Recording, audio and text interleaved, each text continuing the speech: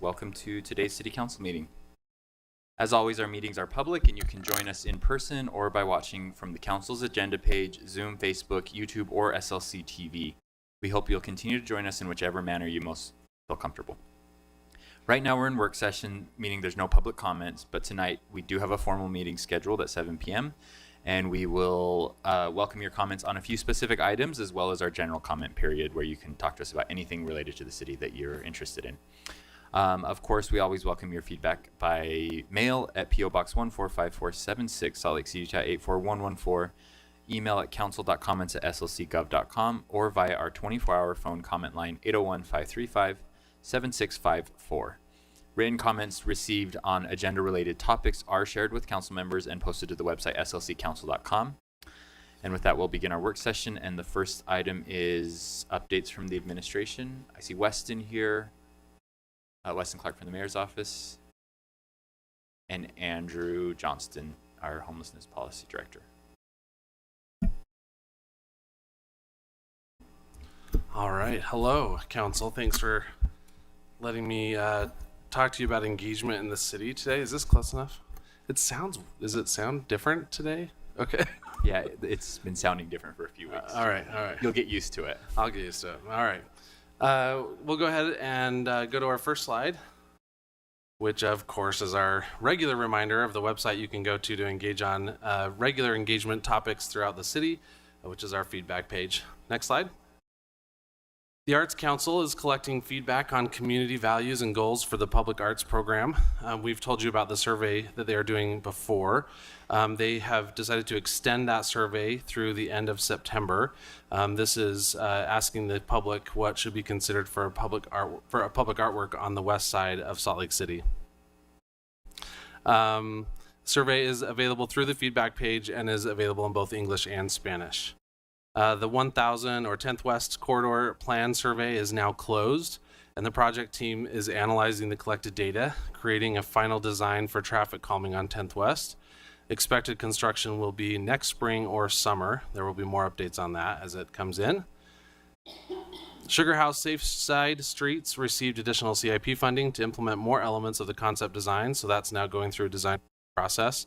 With construction slated for summer or fall of 2024. Redevelopment Agency has an update on Ballpark Next. The community visioning phase has begun. It was first announced at the August Ballpark Neighborhood Council meeting. And there's now an online community mapping tool called the Social Pinpoint, which allows people to make notes on the parcels being considered for redevelopment. This feedback includes sharing ideas and suggestions, marking community assets, and highlighting areas of concern. That will be open until September 30th. The engagement tool is linked on the original ballparknext.com webpage, and then it will also be on the new website, engageballpark.com, which will be the hub for the 4 remaining community engagement opportunities during the community visioning phase, which will include 2 surveys and 2 community events. Next slide. Public Utilities is replacing and upgrading the sewer system under 2100 South between Highland Drive and Yuma Street, 2030 East. The sewer line is over 100 years old and is generally too small to service the more than 4,000 properties in the area. Construction, which is starting today, is anticipated to occur in 2 phases, with phase 1 work from Highland Drive to 1400 East. The Public Utilities team has been doing door-to-door canvassing, visiting neighborhood council presentations, and newsletters, mailers, social media, etc., to get the word out. Public Utilities is also working with contractor on the City Creek Water Treatment Project and the Civic Engagement team on plans for a media event to officially kick off the construction for that project. Likely will be sometime in October. More information will come while that's finalized, but the team will be at the Avenues Street Fair this weekend to help inform the community. Public Utilities is also kicking off their lead and copper program in keeping with the EPA's new lead and copper rule. They're working with residents to determine whether they have lead in their water service lines. And for those who identify lead, they're able to help with next steps to remediate. The number of already identified lead service lines is actually quite small, but there's a lot of unknown service lines. So they're going to work to confirm identification throughout the city. And they're going to kick off that program also at the Avenue Street Fair this weekend. The Other Side Village, this is the remedial action plan that sustainability is working on. That has been accepted by the State Department of Environmental Quality on August 15th. Construction will start as soon as TOSA receives a clearing and grubbing permit and the lease and development agreement is finalized. Next slide. Some planning updates. Ballpark Station area zoning map amendments will be in front of the community for a meeting on September 7th with a new proposal after community feedback was received. This is basically swapping out the TSA zoning with form-based zoning. So that will be on September 7th. The gas station near water bodies is still being planned for September 13th in front of the Planning Commission. Right now, the team is working with Utah Department of Environmental Quality to ensure regulations are consistent. And then some 4 quick updates with planning. The landscape chapter update is nearing transmittal to the council after the attorney's office works through some of the conflicting regulations. Subdivision code update will have a public hearing at the end of the month with the Planning Commission. The petition initiated community benefits requirements is in its 45-day hearing input period. And then daycare amendments, which would remove barriers for locating daycares in the city and align city regulations with state code, will be in front of the Planning Commission on September 13th. So a lot of movement there. Next slide is our community office hours for my team in the mayor's office. We're going to be a lot of places this month. It's an active month with a lot of community events, and we always like to be where the community is already at. So those you'll see a lot of known events like the Avenue Street Fair, 9th and 9th Festival, where my team will be identified for folks to go up and talk about anything city related with them. They'd love to see you. Next slide. This is a little small and full, but there are a lot of events happening. Again, these are not all the events. These are the city-sponsored ACE and publicly permitted events. So if you don't see your favorite event on here, it's not because it's not happening. It's just not on this list. But this will actually just get you through next weekend. So there's a lot. September is an active week or an active month. We've got the Tomato Sandwich Party, Avenue Street Fair, like I mentioned earlier, Veg Fest, a couple of Love Your Block events, Break Bread Barber Co. mural, and Art in the Heart of Fair Park community party. So lots going on, lots to do in the city. Any questions for me? Any questions, council members? There's a lot going on, and there are a few of those things that I know stood out to some of us. So thank you to the administration and your team for all the work you're doing. Thanks. It's a lot. Thank and you. a lot of things that we've been talking about for a long time too. Yeah. So good work. Andrew, do you have a update on homelessness policy? Yes, Mr. Chair, I do. Thanks for having me. And I wore ties for you all wearing ties. It's wonderful to see you all this way. Some are more stylish than others, obviously. I'm not one of them. You'll see here that the resource centers are still very, very, very full, over 99% full. Today there was an encampment impact mitigation project up at Victory Road, and it may be 2 days worth. It's one of those large places that attracts a lot of attention over the year. The number of camps has gone up, the hard track camps. Unfortunately, the VOA outreach engagement has gone down, mostly because they lost their staff. This happens periodically at turnover in those teams. This just happened all at once, and so they're pretty understaffed for a little bit now. So we'll see as they ramp back up, those numbers should go up again.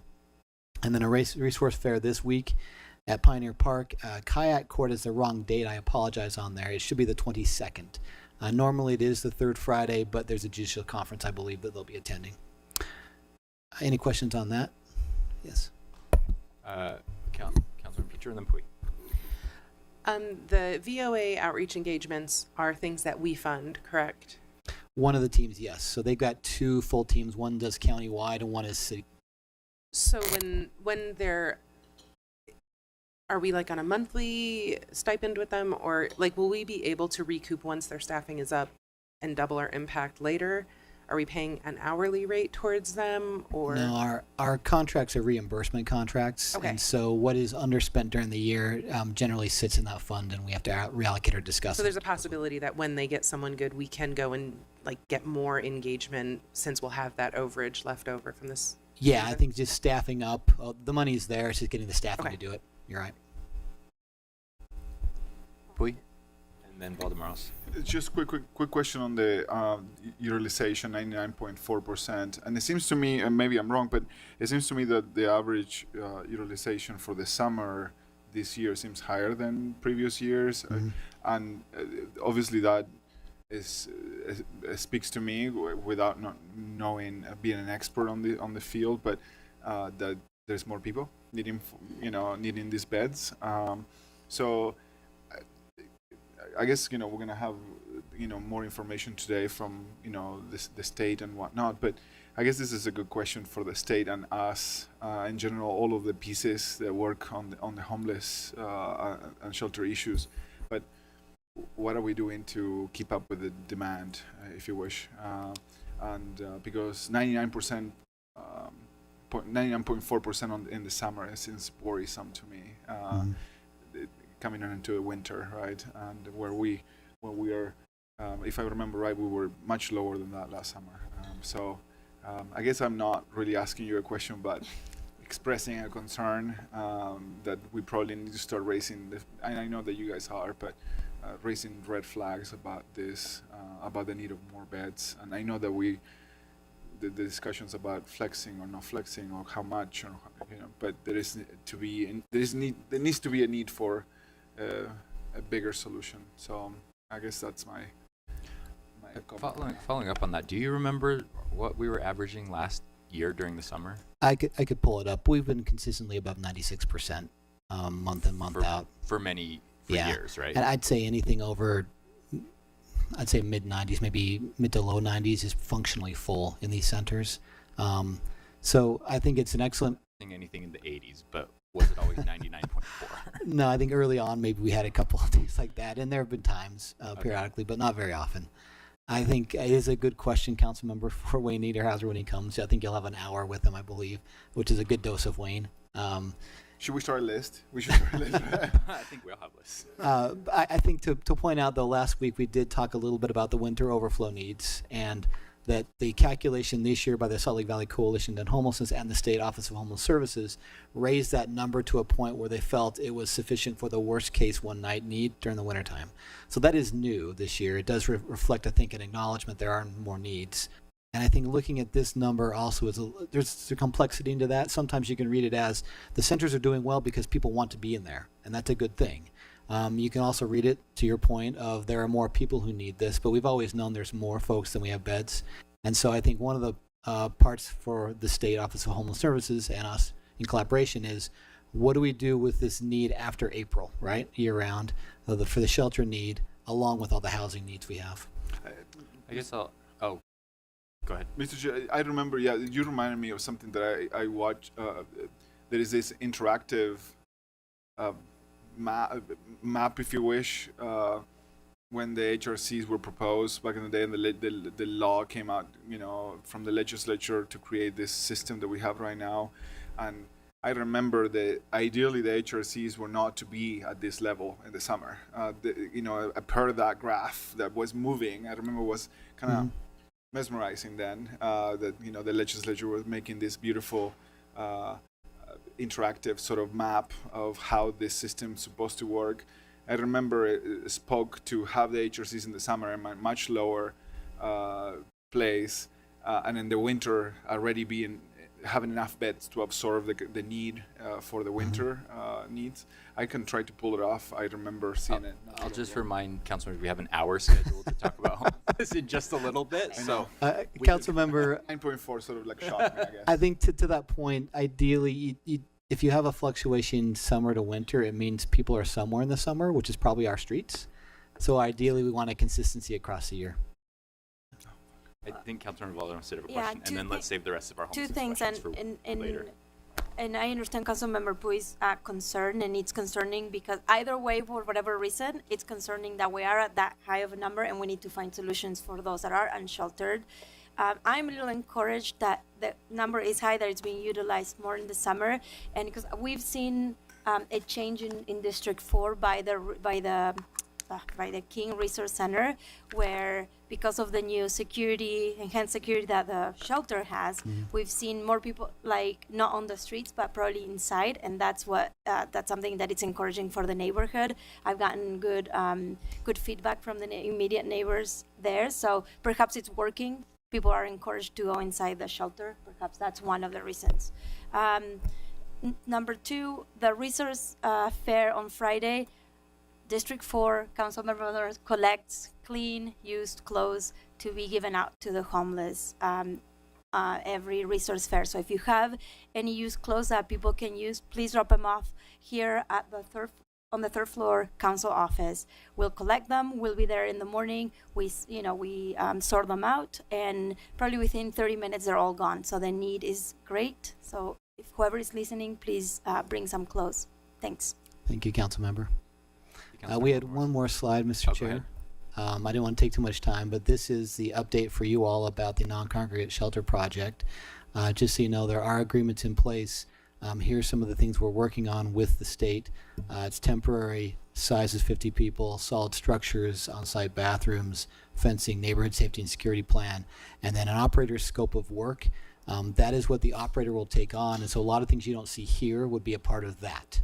But that is moving forward. You'll see an RFP from the state coming out in, I'll say 2 weeks, probably a little less maybe. So that is moving quickly. That's all, Mr. Chair. Excellent. Thank you. All right.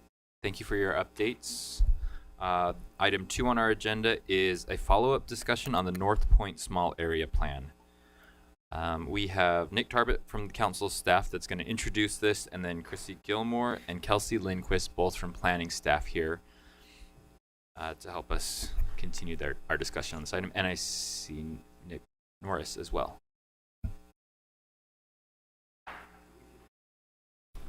We didn't totally coordinate on our outfits, but we're doing pretty good. It's pretty good. Right?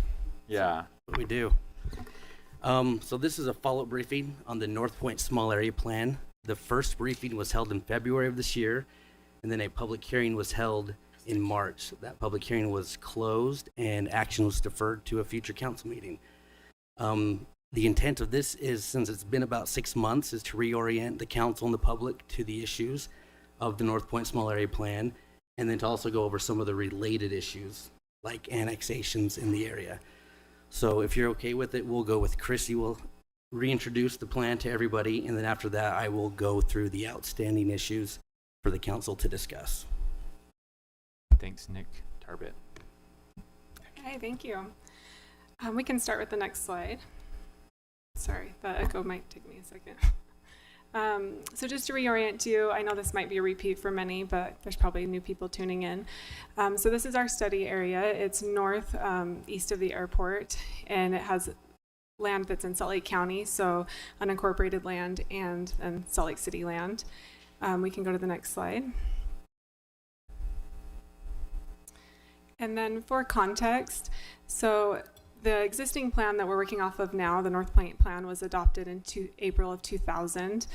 You can see this plan on the right of the screen, and right now the future land use map calls for business park, primarily business park for most of the plan area, at least that land that's west of 2200 West, and then you can see agriculture, AG2 and AG5, which is large lot agriculture.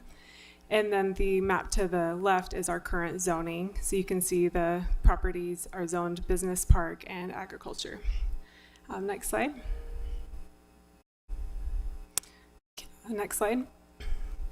So the goals for the plan, I'm sorry, the formatting went a little crazy there.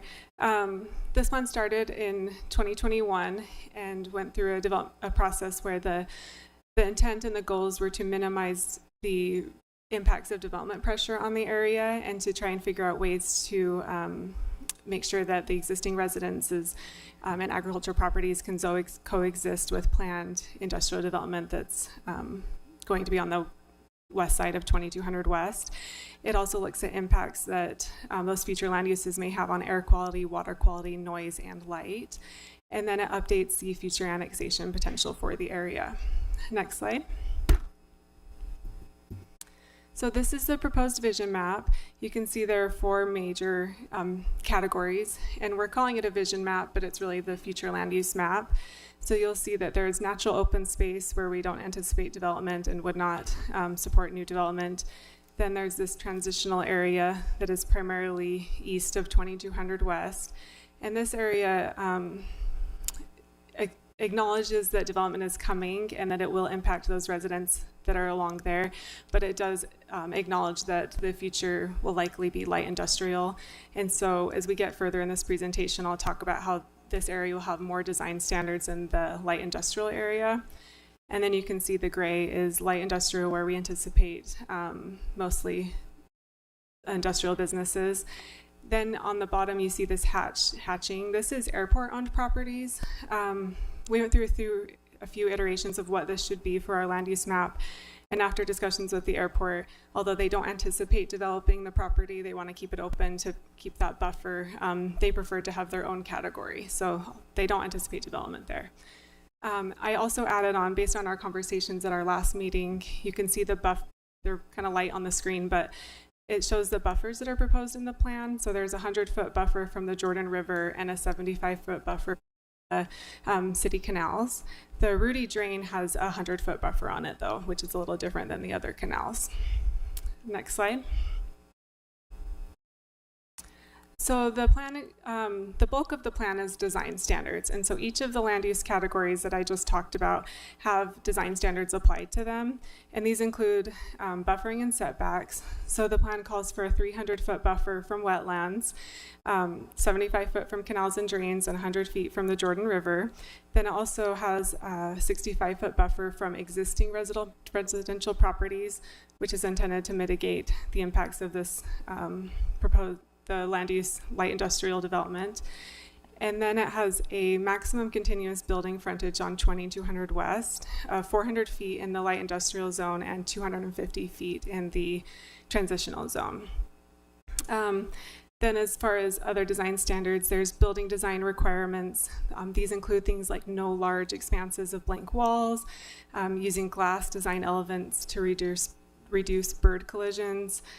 There's also lighting, so all lighting would be shielded and directed down and away from the edges of the property, as well as restricting the hours of operations for electronic signs. There's also a standard for green roofs on buildings over a certain size, landscaping requirements such as native plant and removing noxious weeds, and then fencing, so fencing that would be permittable to allow free movement of wildlife. And this is just a few. There is a big, this really is the bulk of the plan. Then there's water conscious development standards, airport conflict mitigation standards, and then standards for open space like plantings and trails and boardwalk standards.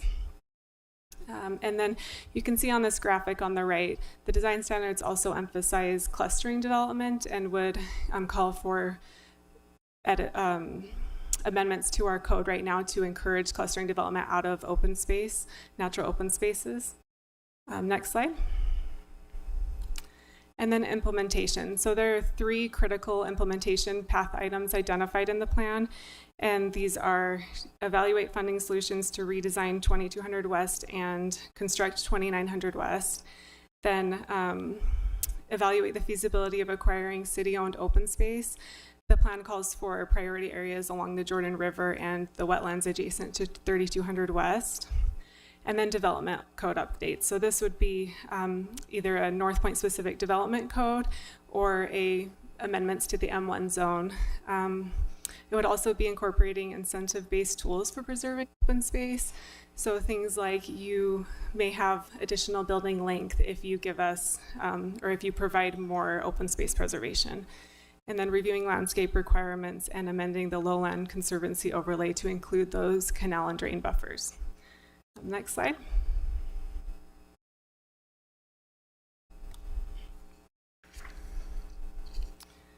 And then additional implementation actions. These include creating a local area utility plan. So development is already required to provide a utility plan, but this would look at a broader scale than just their property. This was requested by our Public Utilities Department to make sure that any development that's going into the North Point area can can sustain a larger and larger development that may come in. And then develop environmental impact standards for new development, implement the wetland buffers, coordinate with police and fire service, and then support the annexation of contiguous parcels. Next slide. So one of the major implementation strategies is to amend the major streets plan as part of this plan amendment. And there's 3 new or amended streets on this plan. So there's the new north-south collector of 2900 West. You can see that in the center of the map. Then there's 3200 West. So this one was changed on this map from the existing plan. Right now it's a collector street, and we're switching it to a local street. And then we added an emphasis that 3200 West should remain unpaved. And then there's a new airport road connecting to 2100 North on the bottom. I've included a picture of the airport runway. So the airport master plan calls for expanding the runway. And once that's expanded, the road would obviously need to be rerouted. So that's what that road is about. Next slide. And then the toolkit. The plan has a chapter at the end that provides a toolkit that the council can consider to implement the items in the plan. So these include things like regulatory tools like clustering, incentive-based tools like conservation easements or purchase or transfer of development rights, and then land acquisition. And then it also goes over various financial tools for consideration. Next slide. So when we last met with you in February, after our discussion, we had several items to look into and revisions to the plan that were directed. So one of the main ones was stronger plan language. The council directed us to go through the plan and rewrite where there should, it should be will, and just make sure that the plan language is stronger. We also included a statement within the plan and within the adopting ordinance to make the plan a binding document so that we can hold it to that level, because right now master plans are generally advisory. Then we removed the business park designation from the land use map. The original draft had business park and light industrial, and we took out business park. 3200 West, you asked for clarification that 3200 West cannot be accessed for new development and that it would remain unpaved. So we made that clarification. Then the vision map, we added the proposed buffers. The wetland buffer, the draft that you reviewed in February had language that would have allowed flexibility in the wetland buffer, and this was removed to just a straightforward 300 feet. And then bird-friendly design. We did add a design standard to support bird-friendly design. There were a few things that were brought up in that February meeting that we either need direction on or were not recommended. One of them was gating or closing 3200 West, and we at this time don't recommend that because of it's still being used by the utility companies in the airport, and we think that would create unnecessary conflicts if we gate or close it.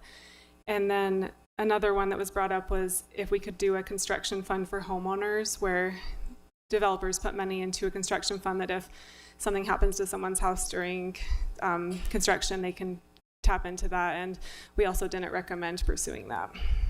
And that concludes my presentation, but I'm available to answer questions. Thank you, Chrissy. Council members. Oh, Nick. Councilmember Petro. All right, thank you all, and thank you for your repeated work and repeated engagement. And I'm sorry for, the work I'm about to give you.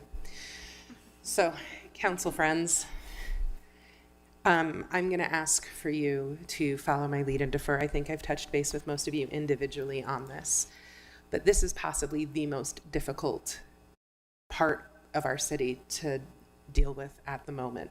It's complex, the environmental concerns, the logistical concerns, and the thing that I care about most are the people who live out there. The history of marginalization is made even more true for the people who live out there. They are people who still carry scars from when we executed eminent domain over the airport. That's how long the scars go for people who live out there. And so, as you all know, that ending marginalization as much as I can and removing barriers for as many people as I can is a priority for me. I'm going to do that here as well.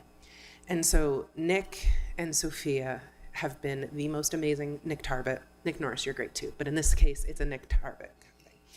Have been amazing. And what we did was we convened any neighbor on 2200 West and in that area to come into one room together.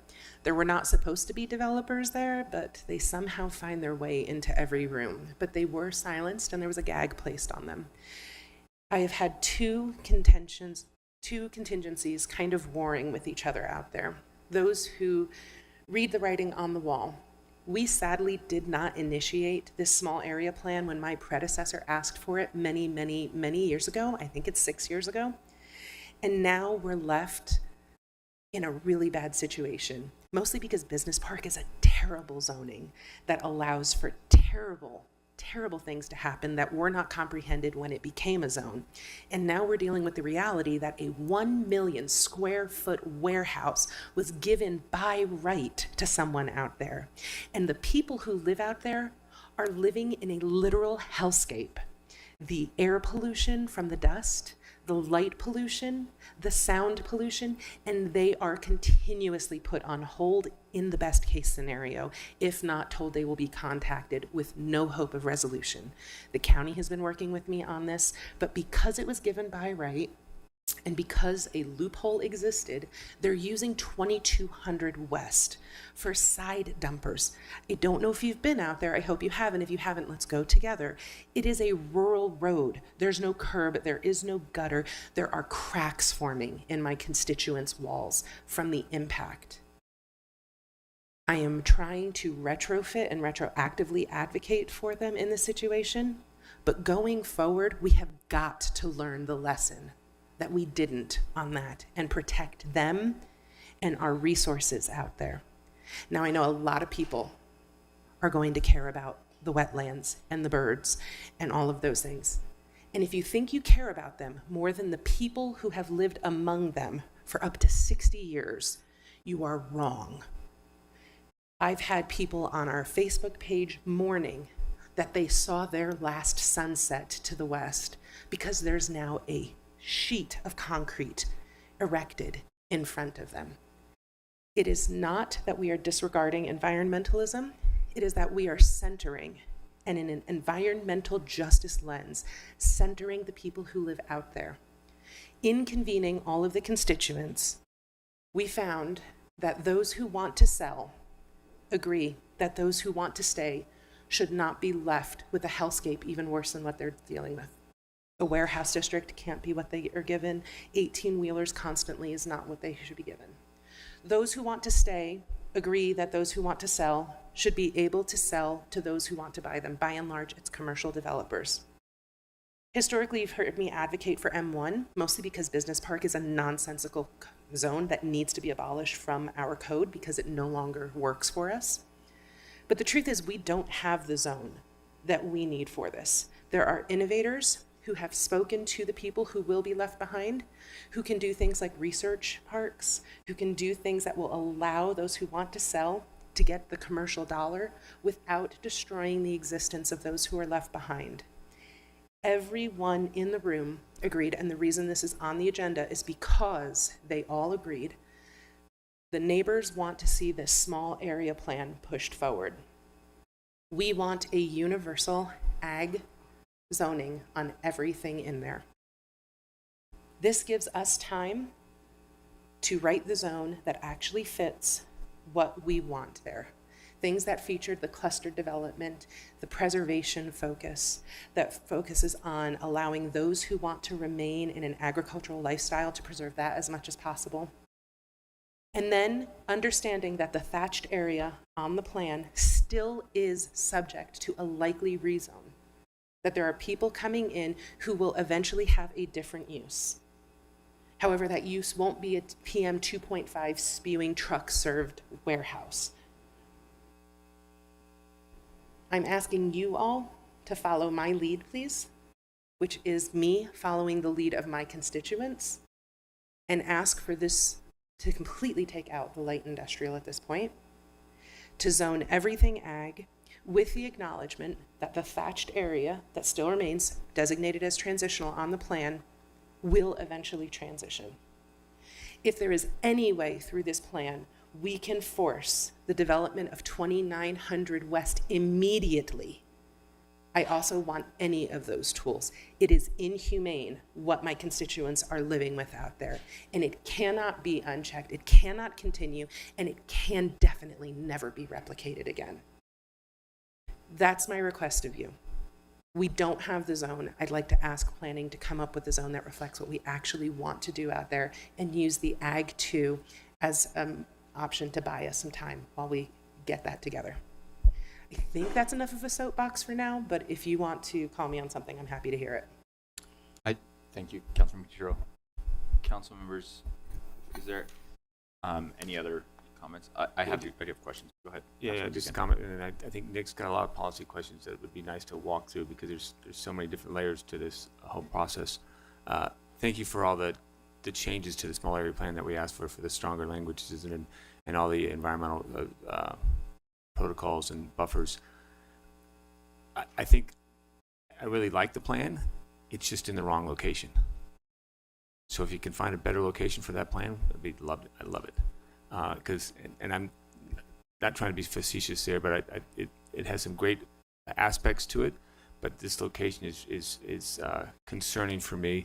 But I think a lot of the comments from Councilman Petro. But yes, I'm still concerned with the water. I'm still concerned because this is back to taking care of our people on their health. I'm concerned about the air quality, the mosquito issues that you're going to have out there, the wetland issues, the noise pollution, the water, the light pollution. All those factors really weigh on me in this area, and I'm strongly looking at. We need to continue, and this goes to the future questions on the policy side of the house about the short line, heritage plan. TDRs, can we do something of that nature? Because the ag is a nice step. I just need to know what that ag means as far as. I need to know where we're going to transfer developmental rights. Yeah, and that's there's I love the concept. My neighbors have been living with us conceptually protecting them for too long. It's time for real protections for my neighbors. Understood. That's a good question. That's when we get to the policy side of the house. I agree there. So, and really, that's my comment at this point, because I have another comments when we get to the policy questions as we move forward. But thank you for all the work on the plan. I wish we had a better location, but I'm still concerned about all the things I just mentioned. So appreciate it. I have a specific question about your proposal. You're saying, so you're asking for the stationary, or the, not stationary plan. There's no station.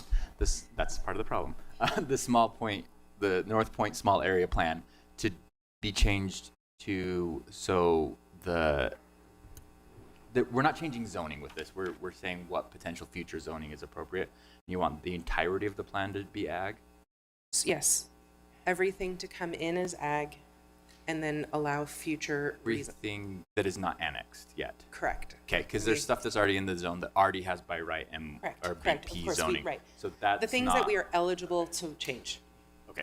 So anything that would be annexed in, except for, do you still support the airport owned parcels to come in as the airport? Sure. Yes. The non-developable airport area or whatever. Yes, but we're calling anything that's up for grabs, anything that people will sell, that potentially commercial developers will buy.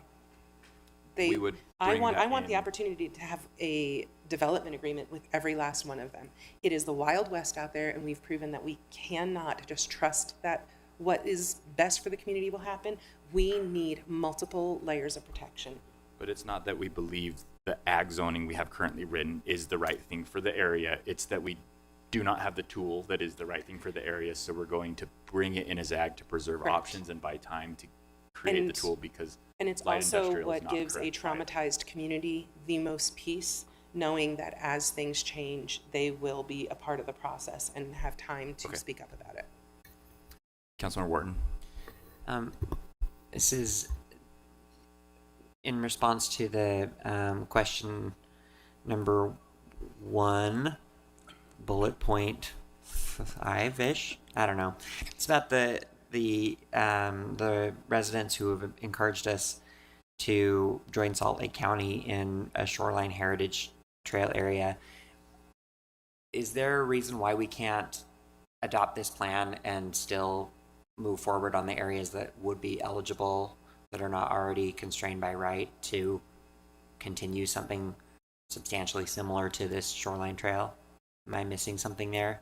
Like, why would we have to delay this further in order to have a shoreline heritage area?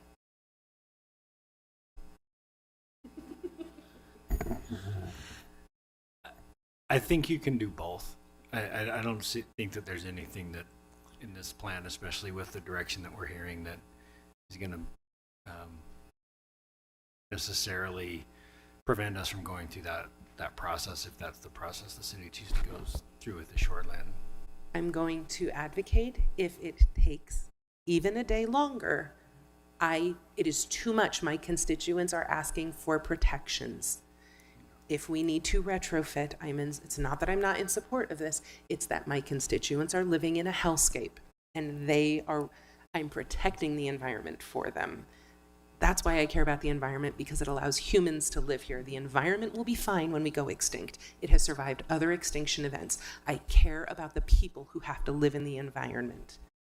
Right, and I fully hear that. I'm just saying, is there like a false dichotomy here that if we move forward with this, that we cannot, walk and chew gum at the same time?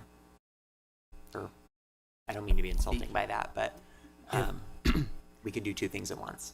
To be completely honest, there are parts of the plan that would make that difficult due to the intentions of the property owners, from what we've understood.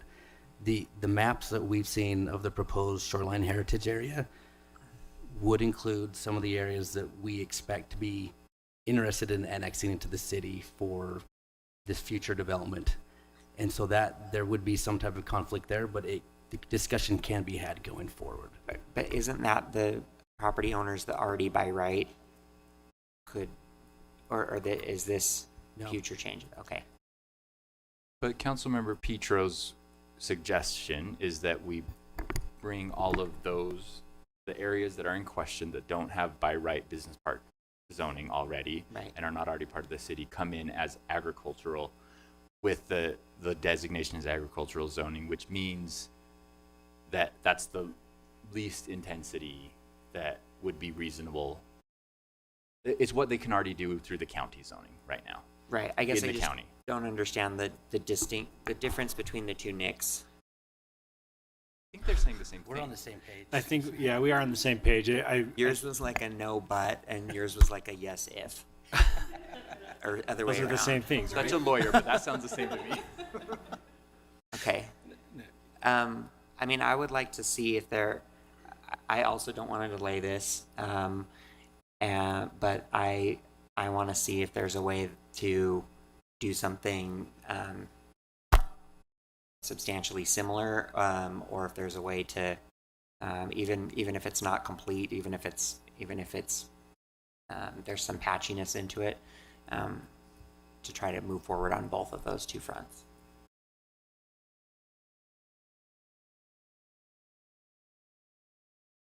Okay. Any other council member questions at this time? I hear you. I hear Oh my gosh. Okay, so just so I'm clear on what is proposed, the majority of the plan, like what specifically, and maybe we need staff to take some time to figure out what might be able to be changed. But what I'm hearing is that the part that's considered transitional, the gray and yellow cross-hatched area, we're going to make some amendments to the language of the plan that says, yes, we know that future development will be there, but none of the zones that we currently have are appropriate for it. The only zone that we currently have that would be appropriate for it would be the ag zoning. But the intent of what could happen is research parks. What are the other things? Research parks and There's been technology conversation centers about clustered low-density residential. There's been talk about innovation and research parks that employ flex space. There have been a couple different ideas floated. The primary landowner has gone through quite a few visions. I think it's pretty clear that the original vision of high density is not at all acceptable. And the other extreme of nothing but truck served warehouses has also been very clearly communicated that it's not a possibility. Mr. Councilmember Dugan. Mr. Chair, I appreciate Councilmember Wharton's comments about the sewer line and the ag side of the house, and I appreciate moving it to the ag. But when we have the language that future development is a possibility out there, people hear that as future development's going to happen, and that's what concerns me. Leaving it as ag, leaving it as maybe even some low residential is somewhat okay with me.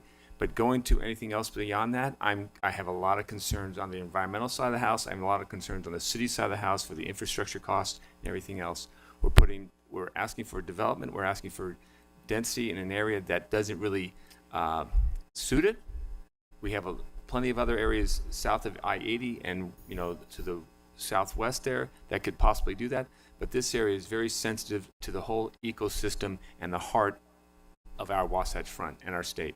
And that's Great Salt Lake. And so if we start messing with that, we're going to be in a whole lot of trouble, and we will be extinct, and at least no one will be living here. We may be just living somewhere else. So that's my concern. If we have that opening that says, we're going to look at it, but we're going to have development, then development's going to happen because the door's already open. And that is my concern of this. The seal is broken.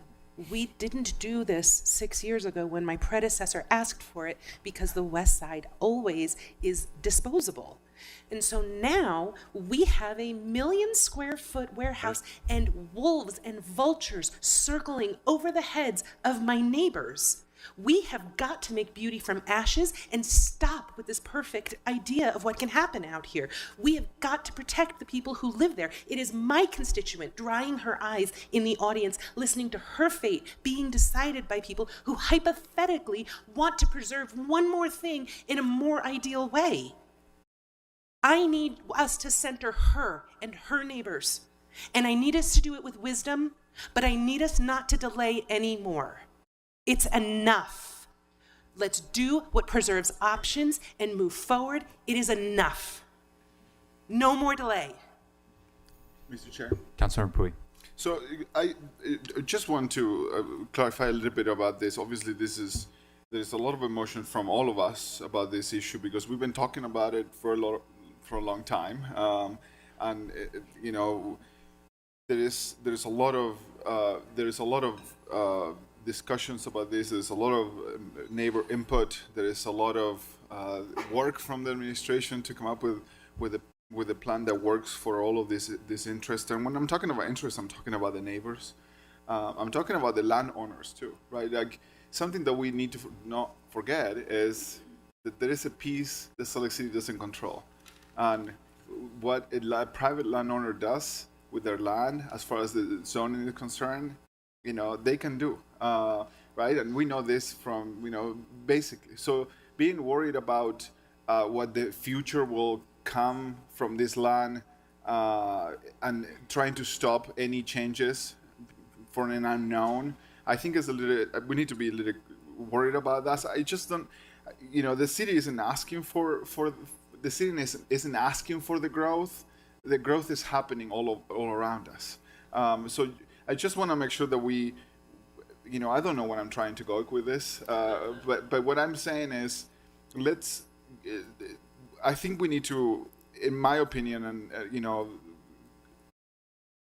hearing about this debate sometimes, that pits the environment against the neighbors of the West Side, is sometimes, I'm not gonna just beat around the bushes, it's infuriating to me. Infuriating to me because my neighbors are looking for to put a plate of food on their houses. They're fighting against the forces of gentrification. They're fighting against trying to get high quality jobs every day. And not that they don't care about the birds or the air quality that they breathe and that we all breathe. They do. But they're in the hierarchy of needs, unfortunately, it comes when we solve these issues first, then we have more time to think about the other important issues. And I'm not saying they are not important. I think that we need to remember that first aspect, and I hope that this community rises up with the same passion to fight for the Great Salt Lake and the fight for the air quality, with the same passion to fight for the neighbors of the West Side that live the closest to this. And all of a sudden, we remember about the neighbors when we're talking about the Great Salt Lake. But the neighbors of the West Side have been breathing this air, the worst air in the state for decades. And we've been breathing it for a long time. So I hope that we remember about my neighbors, not only when we are talking about the Great Salt Lake, we remember about them every day. So I tend to, this is a very complex issue. I tend to side with, on this issue with Councilmember Petro. It is not, none of this is ideal. The city over the years missed the mark, and now we're trying to go backwards and try to fix things. So again, none of these things are ideal, but we also need to remember that there is an aspect there that is privately owned and that we cannot really control. And some people in the community might think that Salt Lake City is forcing development there. Salt Lake City is the driving force. The city isn't asking for the development to happen there. The development is happening, and the city is trying to create some sort of plan and order around this.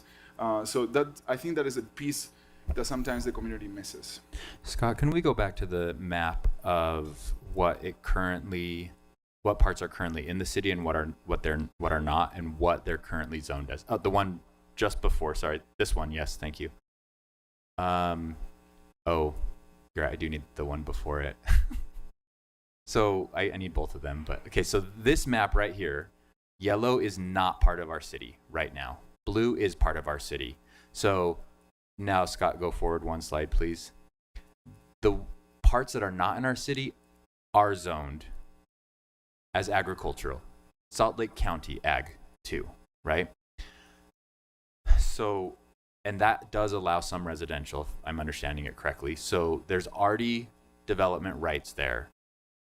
Right now, we as a city have no control over anything that happens there, except for the airport part, because we own it, but we have no control over any of the others because, as Councilor Mpui said, they're privately owned and they have by right development. Granted, it's agricultural development, which does allow housing. So right now, doing nothing means we continue to have no control over anything that happens out there. Which means our constituents have no protections. What I'm hearing is that we should not annex unless we have a plan. That I don't even know if we legally can, but we should not annex land into the city with no plan for what should happen on the future land use of that. In this case, we certainly should not. So we need to adopt some sort of plan if we want to annex. The only way to have any control over this is to annex. And what Councilor Petro is saying, what I'm hearing is that we annex it, but the plan says it's only the Ag 2 that is currently allowed. And that seems to me like that would preserve the most options. Although I do believe that the suggestion about there has to be some acknowledgement that some future zone would be created that allows something that's more amenable to the neighbors, to all of the constituents, that doesn't currently exist. I don't think without that piece of, something will happen.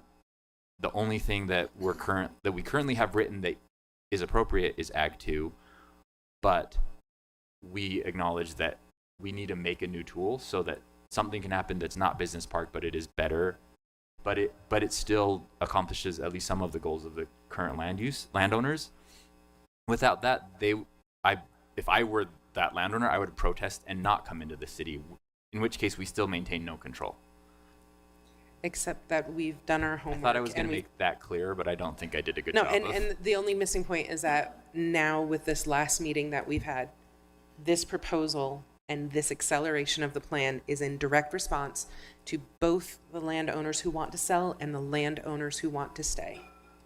The likelihood that we get a successful annexation into the city and actually have a say and an ability to protect constituents and get tax money for the inevitable police, fire, all the work we'll do out there, is to go with ag, preserve our options so that we can create what actually works out there and move forward in a strategic manner that allows us to make sure everyone who sets foot in there is going to honor what they say they're going to do out there, unlike what they're living with right now. And to Councilmember Wharton's point, that doesn't mean we stop pursuing the Shoreline Heritage Plan and we stop engaging with those constituents, we stop figuring out what that tool can be. It doesn't mean we say transfer of development rights is off the table. We continue looking at those things and what they might look like, but we move forward with a master plan that preserves the most options and allows us to annex in. And I think that's, to me, that's what I think Councilor Petro is proposing, and I agree that I think that would, this has been, I don't even know if Councilor Wharton was on the council when this thing started, but it certainly predates a supermajority of the council when this was started. And so 2020. I would like to move forward with something so that we can have a path. I didn't think that there would be a situation where we can preserve ag zoning and the landowners would agree with it. And it sounds like Councilor Petro's been able to find that, and so I commend you for your work on that, and I'm supportive of that. So I just want to clarify here, Councilor because Dugan. right now it's Ag 2. If we don't annex it, it stays Ag 2, correct? Because the county has it. And the county's deemed it Ag 2, and they're not going to change it. If we annex it and it stays Ag 2, nothing changes. I think it's also Nothing changes. one, that's not entirely true because the county's Ag 2 and our Ag 2 are not the same thing. That's right. They have a totally different code, so they may have an A2 zoning and we may have an A2 zoning, but they mean different things. But for all intents and purposes, that's probably the Right. closest to what they currently Because can I already think do. they have an Ag 2 and an Ag 5 being 2 acres and 5 acres on some of their differences. But either way, it's to me that's understandable because of course if you have ag, you're going to have someone's going to live on that property. So understand that part. So at this moment, I think I'm open to that idea. My question is changing. You used the word would be rezoned, and I think it should be more like could be rezoned, because would be rezoned is that you will be doing some type of rezoning, and I would like to leave it more as a could be rezoned, because I want to have, if we're going to rezone these things, I'm going to be adamant on what that means and how that goes forward, because I don't mind I think the ag is great, and I think it's a great way to do it. If you can't get open space, then ag 2's the next best thing. I will accept your adamant advocacy on behalf as long as you come with me and meet the constituents who live out there and center them and approach this through an environmental justice lens, That's right. not a strictly environmental lens. Exactly, and because the million square acres, that was million square feet was 23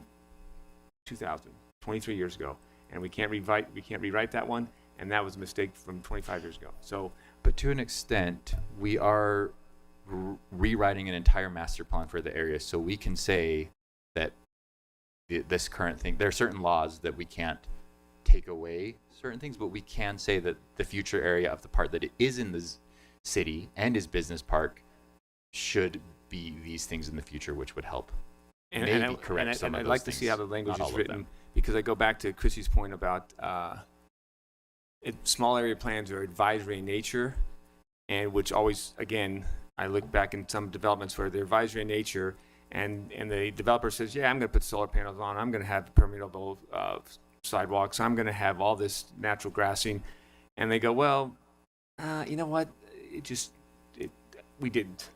So, and I want to make sure that the plan is not advisory in nature, not advisory, but more firm. And you said the perfect language Yeah, for that. we added a statement in the plan itself and then in the adopting ordinance to make.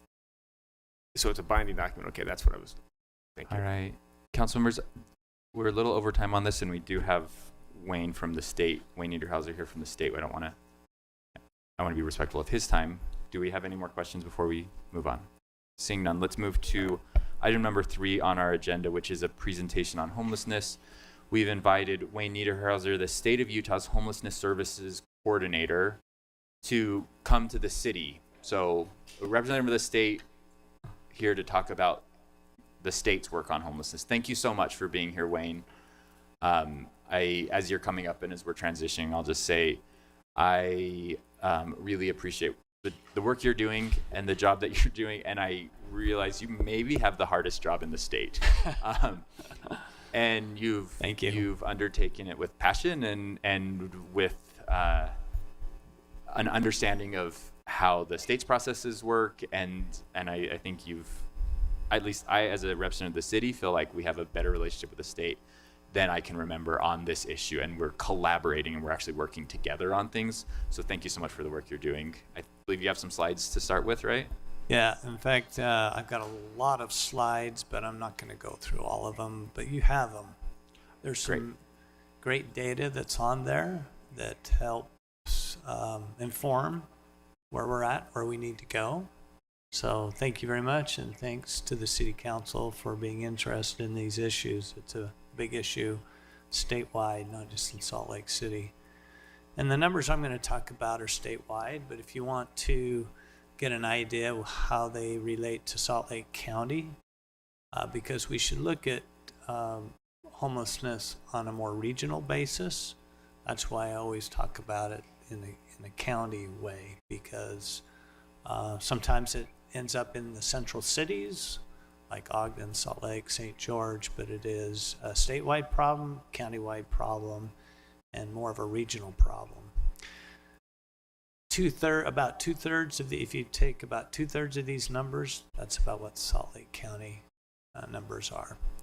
And if you'd like more detail on the county numbers, we have on our website, State Homeless Office, we have our 2023 data report that reports on all the data you want to see for 2022.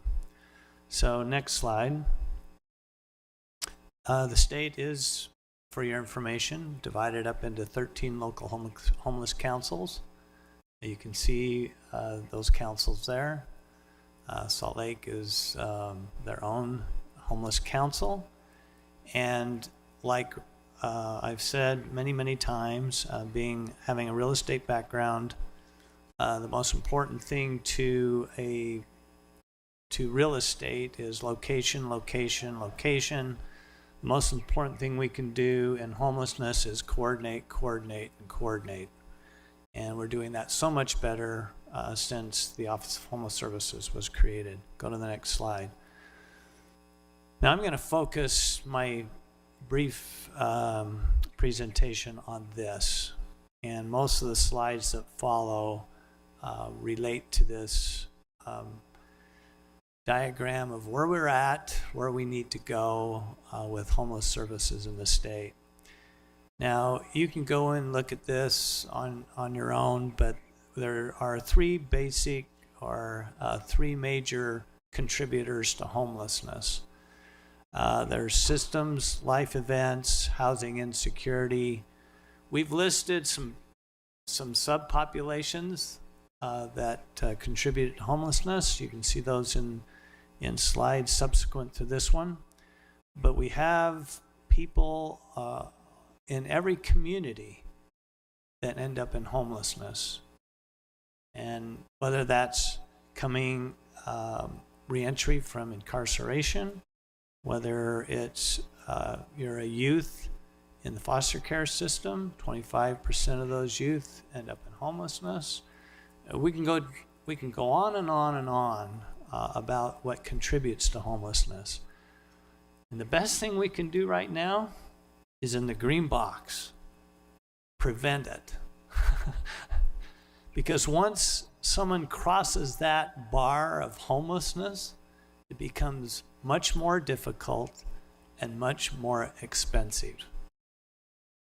You have to go upstream to better address homelessness and try to prevent it in the first place.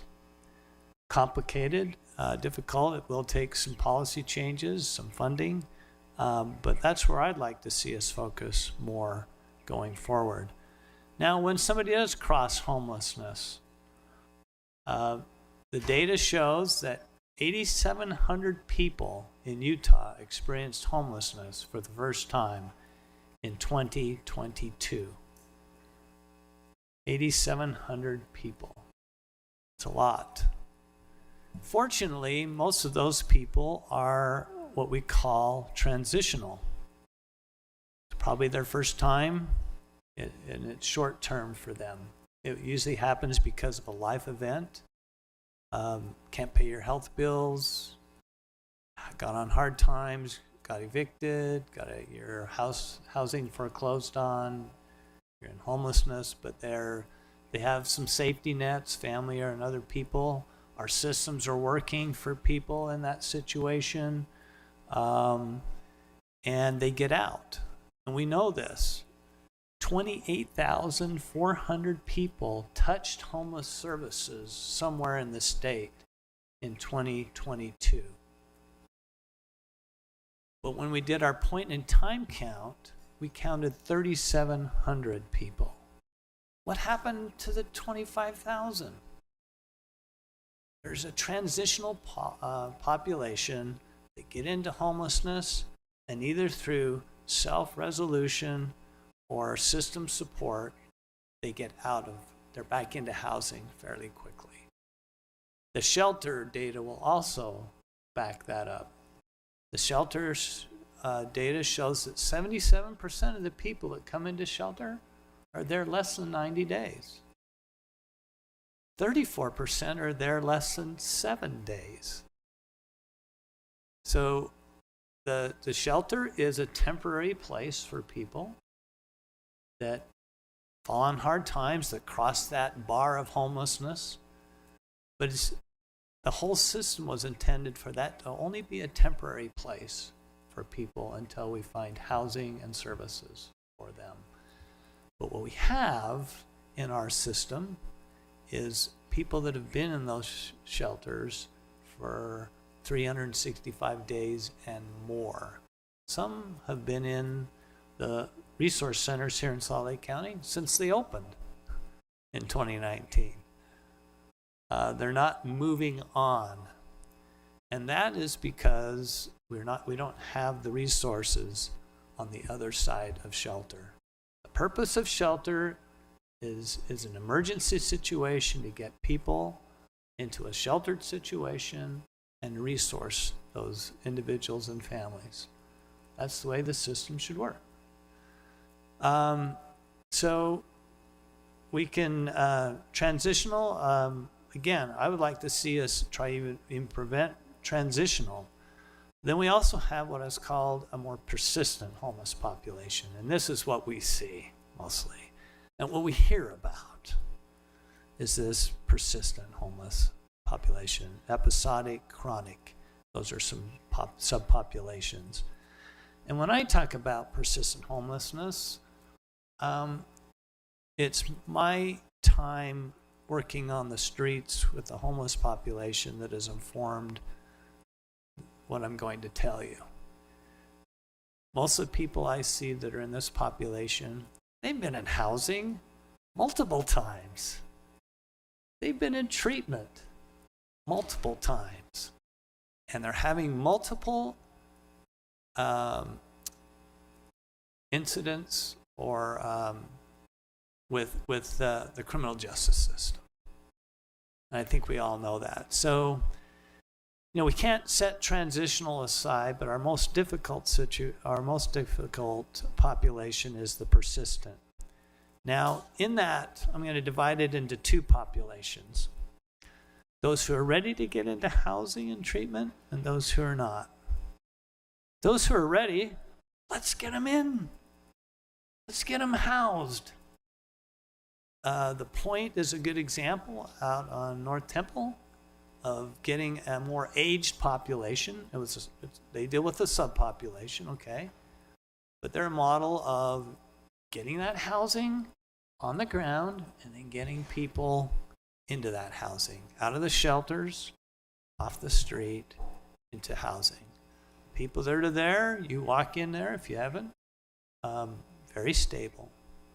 It's when you have a co-occurring issue like mental illness, it's things like Denver Street, Central City, the Theodora. They are awesome about how, when you see what they do for individuals, and mainly individuals, getting them off the street, out of the shelter, and their lives stabilized. You know, they still have mental health issues, but their lives are stabilized. We just need more of those on this, in the continuum of mental health. So those who are ready, we just need to get people in housing. But the key part of, we just can't put them into any housing. You have to match the person's situation with the housing, and housing and support go together. Some individuals are going to need high support to stay into housing, high services. Some are going to need to have low. I was in a city over a year ago, and they were complaining about an individual in their city, it wasn't Salt Lake, that was giving them a lot of problems. And was, been in homelessness, was probably going to end up in homelessness again because the facility that this person was in had no support. I said, you got this person in the wrong housing. We got the person housed, but how are we going to keep them housed? You got to match the housing and the services with the needs of the individual. So those who are not ready for housing and services, or at least they're showing some elements of resistance, that's a complicated issue because the systems haven't worked very well for them in the past, and they don't trust. I think if there was more trust, they'd probably they'd be in the more ready mode. And so systemically, we have not treated these individuals too well in the past, and so that's made it more difficult. This is unsanctioned camping, which I say is the worst condition that we can accept as society. And why? People are living in places unfit for human habitation. There is sanitation and health issues, criminal and victimization. It's against our ordinances and laws, no camping, and it conflicts with the general public. So, it's the worst thing that we can accept. How do we deal with that? There's always crime involved with that.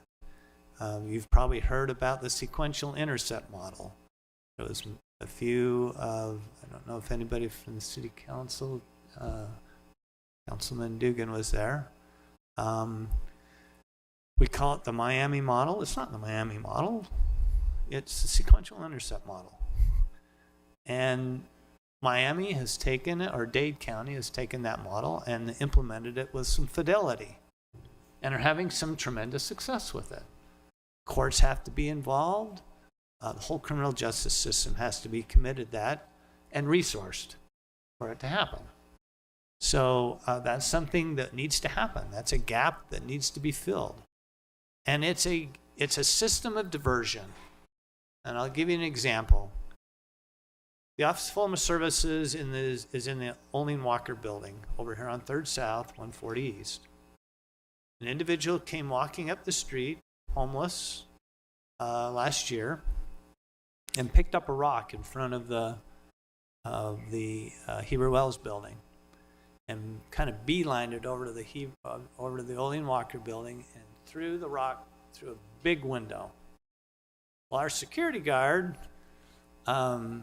took off after this individual, immobilized him, called the police. Police come. Why did you throw the rock through the window? Well, that's my building. I'll do whatever I want with that building. Obviously not regulated. Maybe having some mental health or some drug addiction issues. What typically happens, I don't know exactly, but what typically happens, that individual's taken to the jail. It's not a severe crime, booked and given a date to come back to court. This individual doesn't even know what day it is. They're not coming back to court. What the sequential intermodal would inform us to do is to divert that person to services. And that's what we need to address if we're really going to get a handle on unsanctioned camping and crime. Of course, substance abuse, mental health issues. Mental health issues are pervasive. And again, we have a continuum of health and housing for those that have severe, persistent mental illness. On one end of that continuum is the state hospital. The other end of that continuum is permanent supportive housing. Some will move on, but a lot of people will be in that for probably the rest of their lives. But if they're in a place like Central City and Denver Street, there's a quality of life. They might even be working and doing a lot of things. That's what we need to get to. Helping people thrive to the best of their ability. Well, the state finished their state plan on homelessness. I'm sure you're aware of it or you've heard of it. That is also on our website. There are 3 documents. One of the documents is data. Another document is the actual plan, and then there's some implementation ideas that Home Base, who is our consultant, helped us craft. Now, if you look at that, the implementation is really up to us, and it doesn't have to be what's in that plan, but there are some good ideas as far as implementation. But if we're to really focus on what the gaps are, it's how we're dealing with this. It's diversion. It's providing the resources, having the resources out there for housing and for services. Our office has worked hard on housing over the last couple of years with the legislature. And over the last 2 years, we got a combined $110 million to put in deeply affordable housing.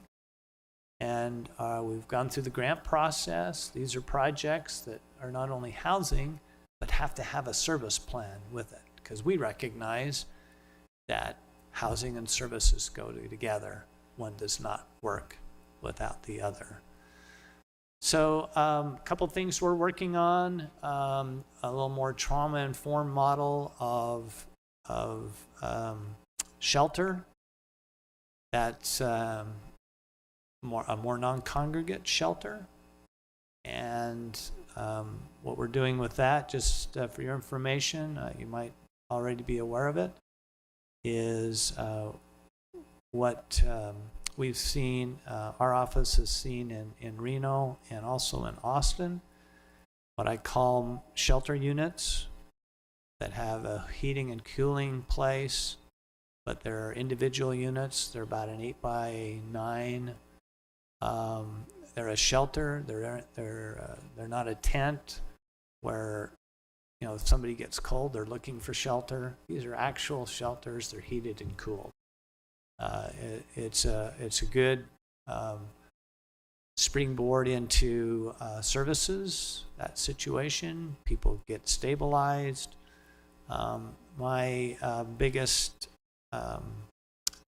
The biggest contributor to this for me was the Esperanza model down in Texas at Austin.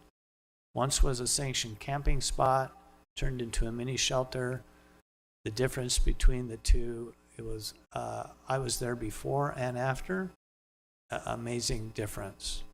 So that's a focus that we're working on. When I'm out on the street, everybody I meet is on the spectrum of mental health, either with severe and persistent mental illness or high anxiety. First thing we ask them to do is come and sleep in a room with 50 people.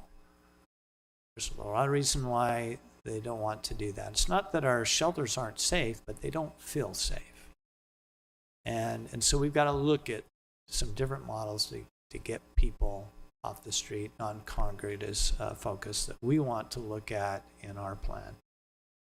With that, I'll just leave it with that, leave you with all the other information there, and offer our assistance for the city council to reach out to me or our office for any other things that you need, any other data that you would like to pursue. Thank you, Wayne. Are you okay with us having some questions? Yes, I anticipated that. Before we open up questions, I just want to say thank you for that presentation. That chart was helpful to see like all the different types of reasons why people might be experiencing homelessness. We have a number of 8,700 or 25,000, depending on what you're measuring. But I appreciate your focus and your understanding that these are all humans and they're not all the same. And you had what was it?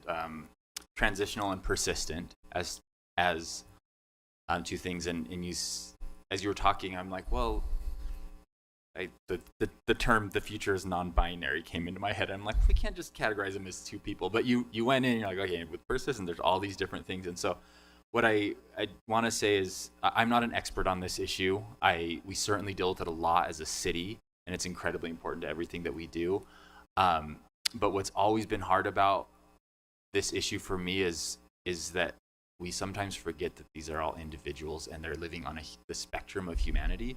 And I think of the spectrum of color, and we have like words like green and blue and red and yellow, but there's like a million different shades of green. And I speak a little bit of Japanese, and the word in Japanese that we would consider blue actually includes most of what in English we say is green. And the word that in Japanese for green only includes very specific green that like grows on trees. So like in my brain, we're doing a good job of categorizing. I don't know why I'm going into this theory, but it's a long way of saying thank you for remembering that everyone is different. And I think for so many years we have, as a state, as a community, we've said, well, if you're experiencing homelessness, here's the one option you can use, and it's the congregate shelter. And we expect you all to be able to, that tool will work for all of you. I'm glad that we're now realizing that isn't the case. We're looking at tiny home villages. We're looking at non-congregate shelters. And I just appreciate your work in helping us fill in that spectrum of resources to actually respond to the spectrum of the human condition of all the people that we say experience homelessness, which are vast and varied. So thank you for that. And council members, I'll open up for any questions. Oh my gosh, everyone wants to. I'm going to go with the Councilman who haven't said anything today. So Councilmember Young, and then Valdemoros. Let's do.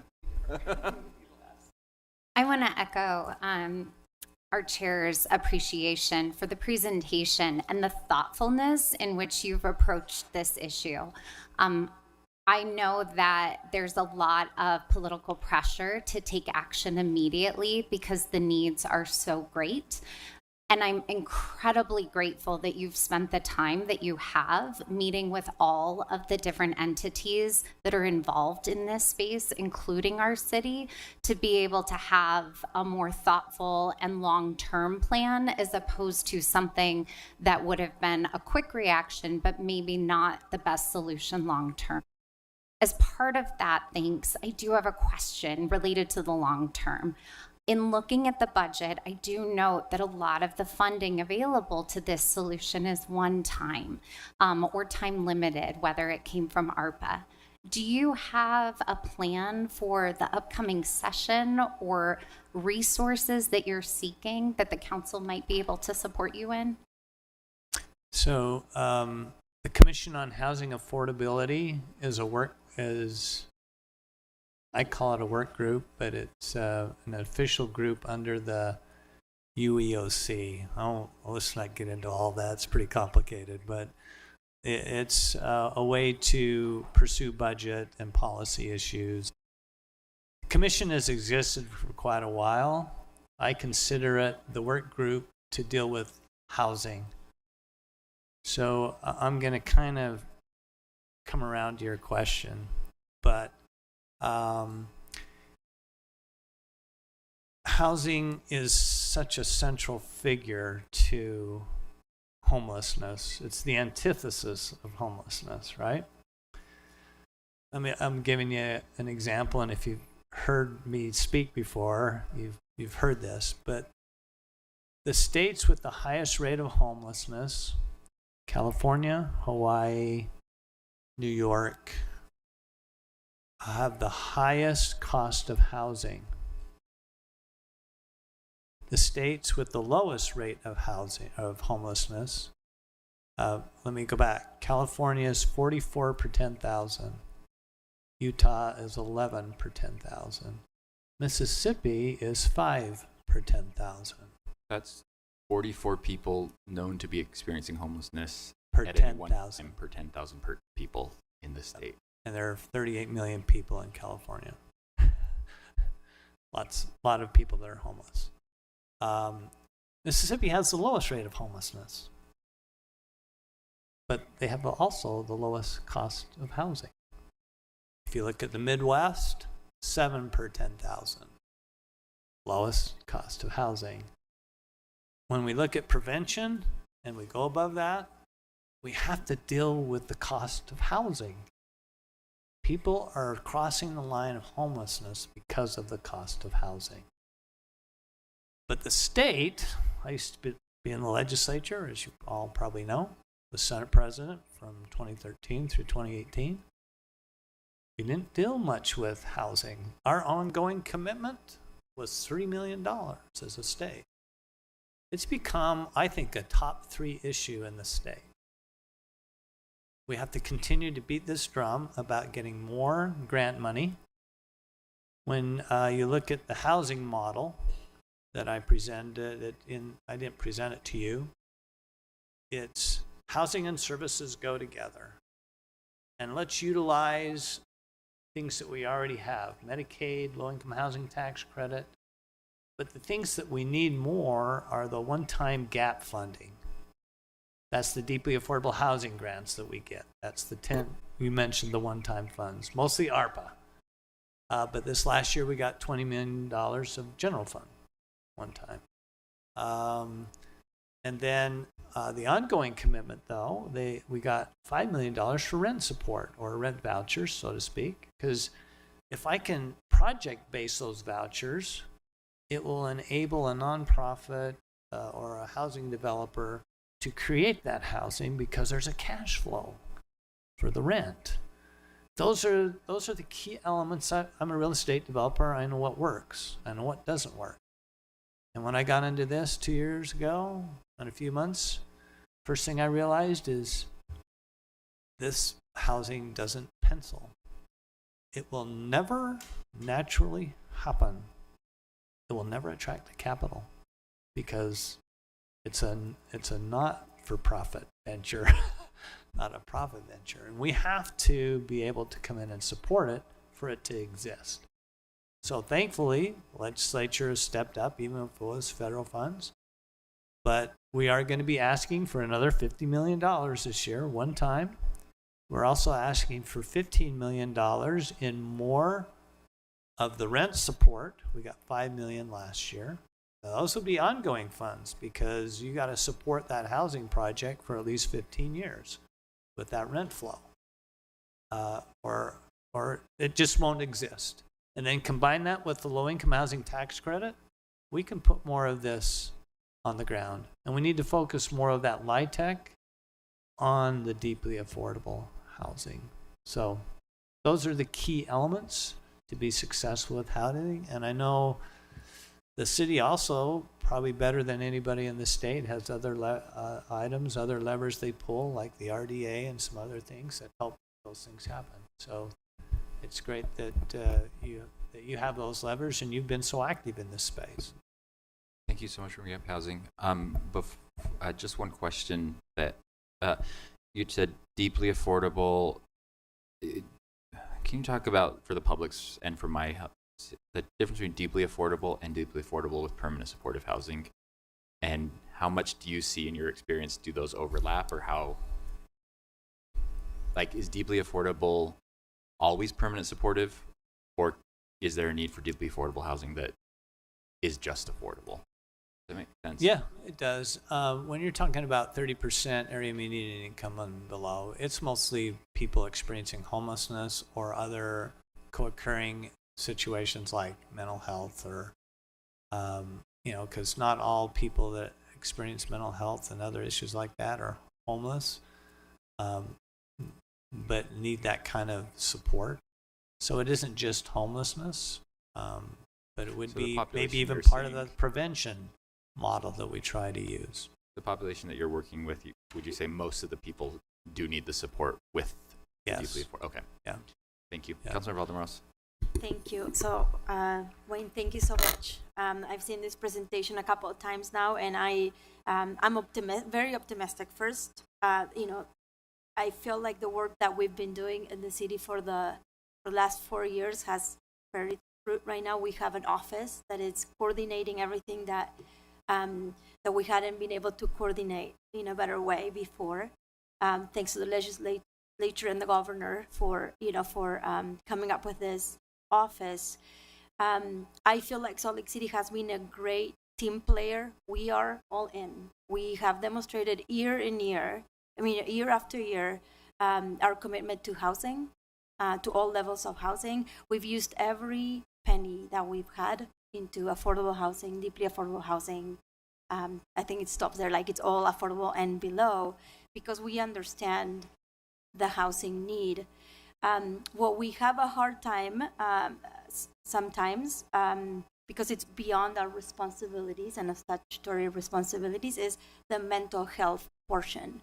And if I had that power, I would also put all my money into the mental health, because I think we've proven that the housing, we can help, and now the state is saying absolutely that we need to finance housing. And now the next step for me would be to focus as well on the mental health portion of this issue that we have. And so I was wondering if we as a state are going to do further studies or further implementation of mental health services, including the providers, because we know, we've been told again and again, we have some money for the providers or for the clinicians, but we don't have the clinicians. So we've been trying to get creative at the council, say, okay, maybe we do help our staff, like city employees, to go to school and maybe do social service work as continuing education, but perhaps it's not our position. Maybe we do need to partner up with the state. I mean, what else can we do to look at the mental health issues? To me, that's the biggest elephant in the room, at least in my district. Most of our unsheltered neighbors are mentally ill or have some sort of mental illness, whether it be severe or not. But there is somewhere there. So I was wondering if you can answer that. And then the second one was, how far along are we with the sequential intercept model, the Miami model? Thank you. Thank you.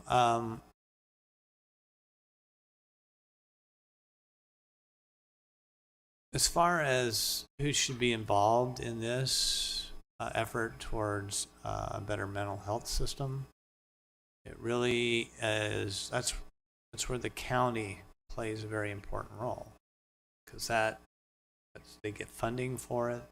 They already are set up to do that. I don't see that as really a role of, primarily as, I don't know of a city that has a primary role with that in that space. So that's where we need to partner with our counties with the state. It's all funding, it's policy, it's things that we need to address, like civil commitment, all those kind of policies we need to be very thoughtful about and put into place. And there are already policies in place, and they're functioning to a large degree. But what we find is that it isn't sufficient.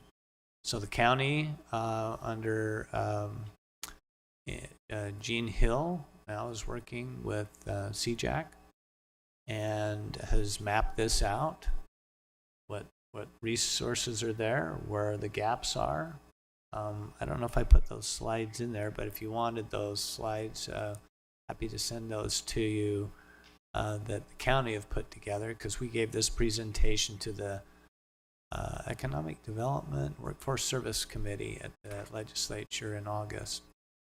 And we wanted to give a whole spectrum of the issue. So there, a lot of the SIM, or sequential intercept model, is already in place. It's just not resourced enough. And the commitment has never really been there to work together and coordinate, mainly because we're going to need the resources to do that. So I think there's motivation. That's the Judiciary Committee at the legislature. They have a work group that's working on this. I've been part of that also. So there's interest, more interest than we've had. Governor's office is interested in this. There's a movement of ground to really maybe do something in this space. And hopefully we get there, and we get there this next session, because we can't wait any longer. Please include us in anything we can do. I think I can speak for all of us. We, we see this day in and day out in our city, and we can go advocate as, every day if you'd like us to do that to help the case. Thanks. Yeah, thanks. I'm going to go Wharton, Dugan, Cooey, Petro. Thank you. It's good to see you again. Good to see you. And thank you for your presentation. I just have two questions for kind of more speaking to the public. That we get a lot of criticism that that it's not moving fast enough, change isn't happening fast enough, you're not moving quick enough, and all of this talk of Salt Lake City trying to be aligned with the county and with the state is taking too long, and it's not producing any results.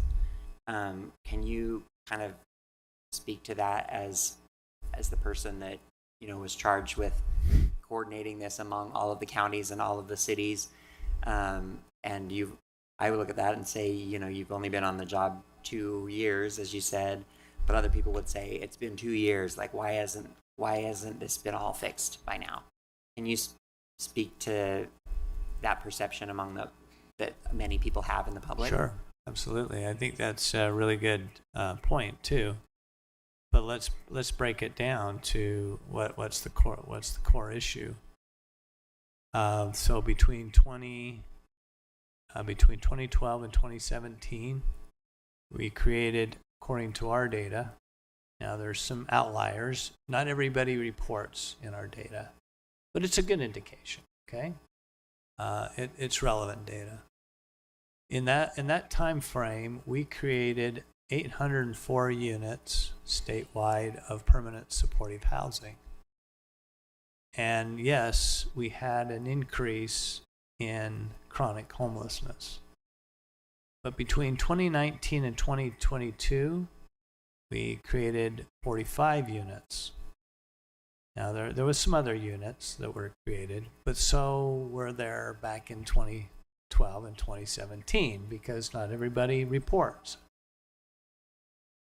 Our effort towards supportive housing went down, and our chronic homeless population, 96% increase between 2019 and 2022 through 2022. So we need more permanent supportive housing. That doesn't happen overnight. Took me a year to get $50 million out of the legislature. That created 600 units for deeply affordables. I mean, and actually, I think 700 units, about 600 of those were for homelessness for that population. Kim Gardner Institute just finished their report, regarding the gaps. The indications were from a national organization that we were minus 43,000 deeply affordable units in the state, had a deficit. They're saying it's 77,000 units. And that's the gap, deeply. There's a slide on that. You can see the workforce housing also, 60 and 50%. People in that are probably on the edge of homelessness too.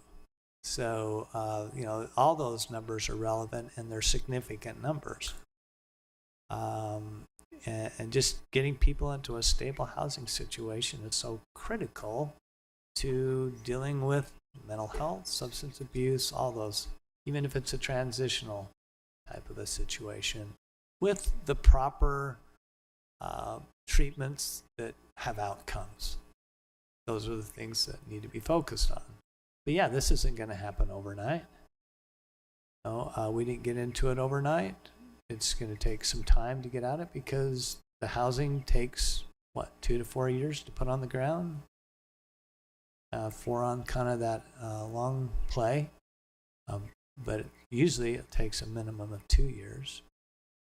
And we've got to stop people from coming into homelessness and prevent the inflow. So that's the way that's the way I see it, but that's what the data tells me also. So I guess my follow-up to that would be, like, why is it,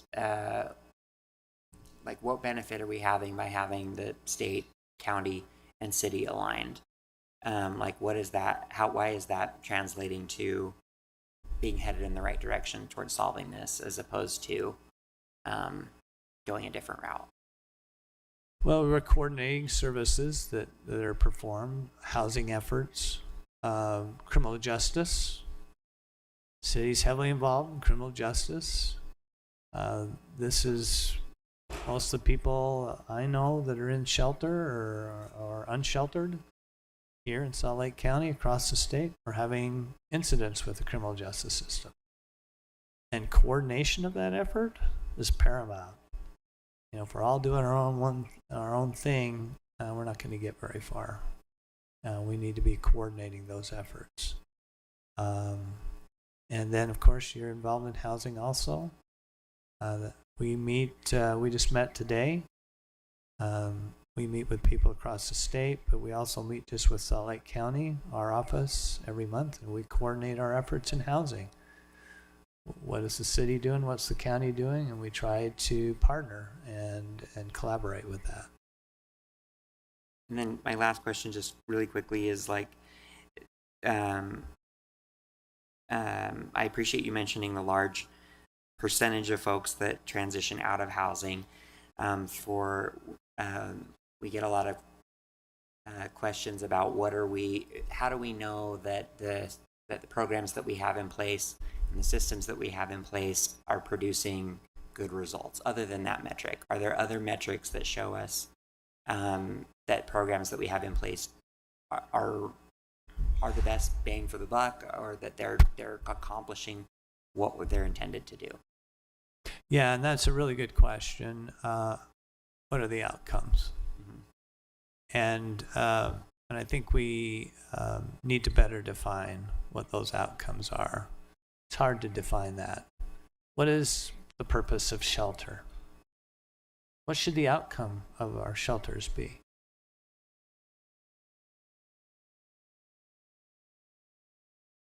I think what our shelters were designed was an emergency place for people to go, then to move on to other resources and housing. But if those other resources are there, what is our outcome going to be in the shelter? It's not going to look very good. People are staying there longer than they need to stay there because they're not moving through the shelter and getting out of shelter. So, I think the outcome of shelter is that we get people in there and they're out as quick as possible. That statistic of how long you're in shelter is a key element to the success of shelter. The shorter you're there, the better off you're going to be as a family, as an individual. The longer you're there, the more the outcomes get worse. So, and what should be the outcome of someone like Denver Street? When you go there, their people are stabilized. They have housing. They still have incidents, but it's much better than them being on the street. I'd say that's a good outcome. we have a lot of successful models, in my opinion, on those outcomes. And so we do need to explore that more, and we need to fund those that have the most success and the better outcomes. And but I'd say we have a lot of good things going on today, just not enough of those. Councilor Dugan. Appreciate all the work. Thank you very much. And I want to go back to the one point about the chronic or the persistent side of the house, and you had it ready for housing, and you have the issue is that we don't have the housing for them. And on one of the slides here, it's the chronic homeless and permanent supportive housing. In 2023, they said there's 1,004 that were chronic. However you define that, but there was 1,000 individuals across the state. Mm-hmm. So you take the numbers that the county is 2/3 of it, so 660 of them in the county side of the house. Pretty close. So with that, in this Salt Lake City, we have Switch Point that just opened up. We have another villa that's supposed to open up. There's the Sandy's MVP program is opening up. There's going to be a family housing, hopefully soon, to open up in another city outside of Salt Lake City, and another permanent supportive place. And we have First Step Housing is doing some permanent supportive care. Those are going to take, I'll just round it up to say 400 people off, and I would assume they would be the ones that are ready to take housing, the permanent support size. So now we're dropping our numbers down, but is there how are the incentives going for other municipalities to provide permanent supportive housing outside of Salt Lake City? Because my concern is that we provide the services for them, and then it's just someone else just backfills on our streets. And Sandy's doing a nice job. West Valley's got the winter, other cities, but outside of the county or outside the Salt Lake City area, how are we working on incentives for them to open up their minds and open up permanent supportive housing care in their areas? Yeah, and that's a really great question. So we began some of that effort this last session it was the session before with House Bill 440 requiring, it was this last session, 499. Yeah. It now requires Davis County, Utah County to come up with a winter overflow plan. So it isn't all the way. Right. Yeah. But we're, starting to discuss that, people end up homelessness in your community. And, you're a source of homelessness. Are you just letting other cities handle it for you or other counties? Or are you doing something about it? Everybody needs to step in and be involved, have permanent supportive housing in their communities, when they're large enough. But with our deeply affordable housing grants, that went statewide. And 20 million of that was in counties of the second, third class. And we had like 8 million of it go to rural areas, provide the more permanent supportive housing there. So we intentionally set aside money for rural, kind of the second and third class counties and the first class counties, because we're trying to incentivize this across the state. We have such a long ways to go with that, though. Right. And I because appreciate, of nobody wants to have this kind of housing in their community. And I appreciate that we had Utah County and Davis County are going to be required by, I think it's 25, to have the homeless resource center. And I guess I'm just trying to, how do we prod them harder to get a permanent supportive place in there? Yeah. That's the part of that. Yes, it's nice that you're going to open up your eyes because the state told you have to do it. How do we, prod their eyes open more on the permanent supportive side of the house? And the legislature has fallen short. I'm not fallen short, but they've tried to incentivize, but they haven't actually said you have to provide this percentage of permanent supportive housing, but have funded what we got, though it was a lot of federal funds. Hopefully we can continue with state funds, or at least in part, that will help create that in these other communities. But obviously Salt Lake has been a big source of that housing. Yeah, thank you, by the way. Thank you. Councilmember Puig?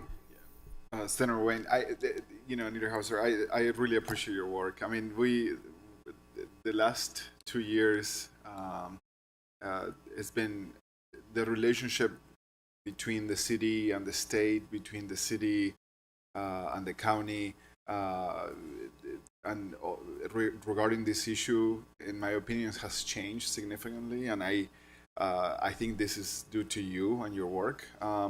We are not so much talking and throwing words to each other and actually trying to solve this. And I appreciate that we're not talking about this issue as if it's the liberal city of Salt Lake City missing the mark, or not enforcing, or enforcing too much, or it is a really hard place for any municipality, and I will say especially for the capital city, to try to come up with a solution when we, as you know, we don't have all the tools and all the money and all the power to do all these things ourselves. But I really appreciate your leadership on this and trying to bring everybody to the table. And while you haven't gotten everything you ask, you have gotten more than we ever gotten on this issue. You got the legislature to put a lot more money than ever on this. So it's a huge win, in my opinion. While it's incremental, I noticed that. While we might not see it right now on the street, some of it is, but we might not see it completely. It's going to pay off, and I just cannot thank you enough. Thank you for allowing us to testify in some of the bills, or to show up and support to some of the bills, being in the audience when those bills are being discussed. We want to do more of that. We want to be more active. We want to also know how can you see us help you with your job. It's not an easy job, I know. And in our city, we see sometimes, unfortunately, this pitting between the neighbors and those unsheltered. And they're all right. And the issue here is hard to solve. And we are being pushed in different directions, and we're trying to balance it all out. But knowing, like Councilmember Mano mentioned, that we're talking about humans, it's very important. And I appreciate you leading on this issue and helping. Also thanking, Senator Ellison and Andreg and all of these, Representative Ellison and all of them for leading on this, and thank you for letting us know. But just to go back to a little more about the specifics, I remember, and today it came up in one of the meetings. The administration here gives us a report every council meeting about the status of the shelters and how the programs that are happening, and it's almost a report about what the city is doing with the limited resources we have, also what the county and the state is doing, and the status of the shelters as far as how full they are. And the shelter today, as far as the report came out, is very busy, right? It's almost full. I mean, it arguably is completely full. And the system wasn't meant to be like that, right? The system, when created, was to be, as you mentioned, a transitory place where people could stabilize themselves and hopefully they start going to different places like housing, right? Some of them go into different types of housing, but that is not happening, or not happening fast enough. And that to me is frustrating. And I cannot even imagine how frustrating it is for those that are waiting for a bed, or just waiting. But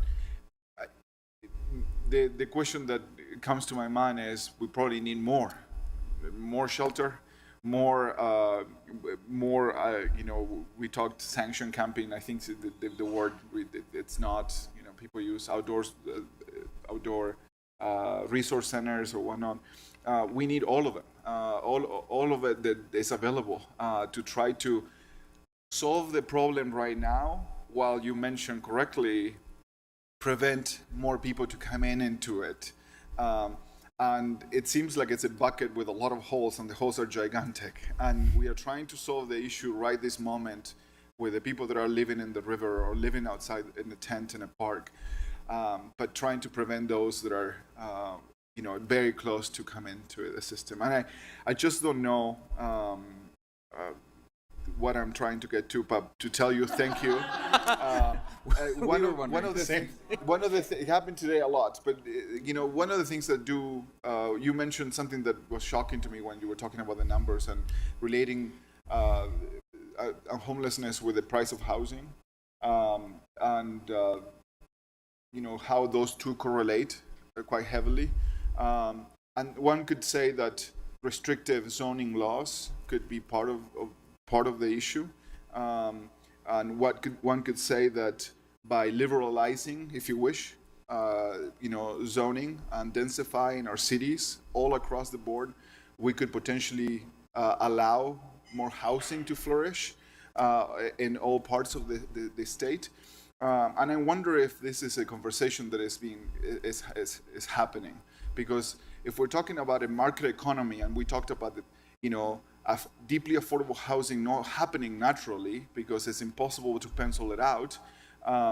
If it's not happening naturally and we're accounting for the market to solve this problem, but it's not, so we're injecting money into the market to make up the difference, why not opening up a little bit this issue and densifying our cities across the board? And when we're talking about no city wants a shelter in their city, I think that the issue is also happening within cities.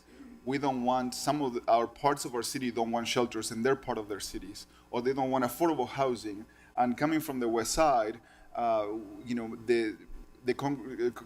have a lot of the deeply affordable housing happening on the west side, and this needs to happen across the board.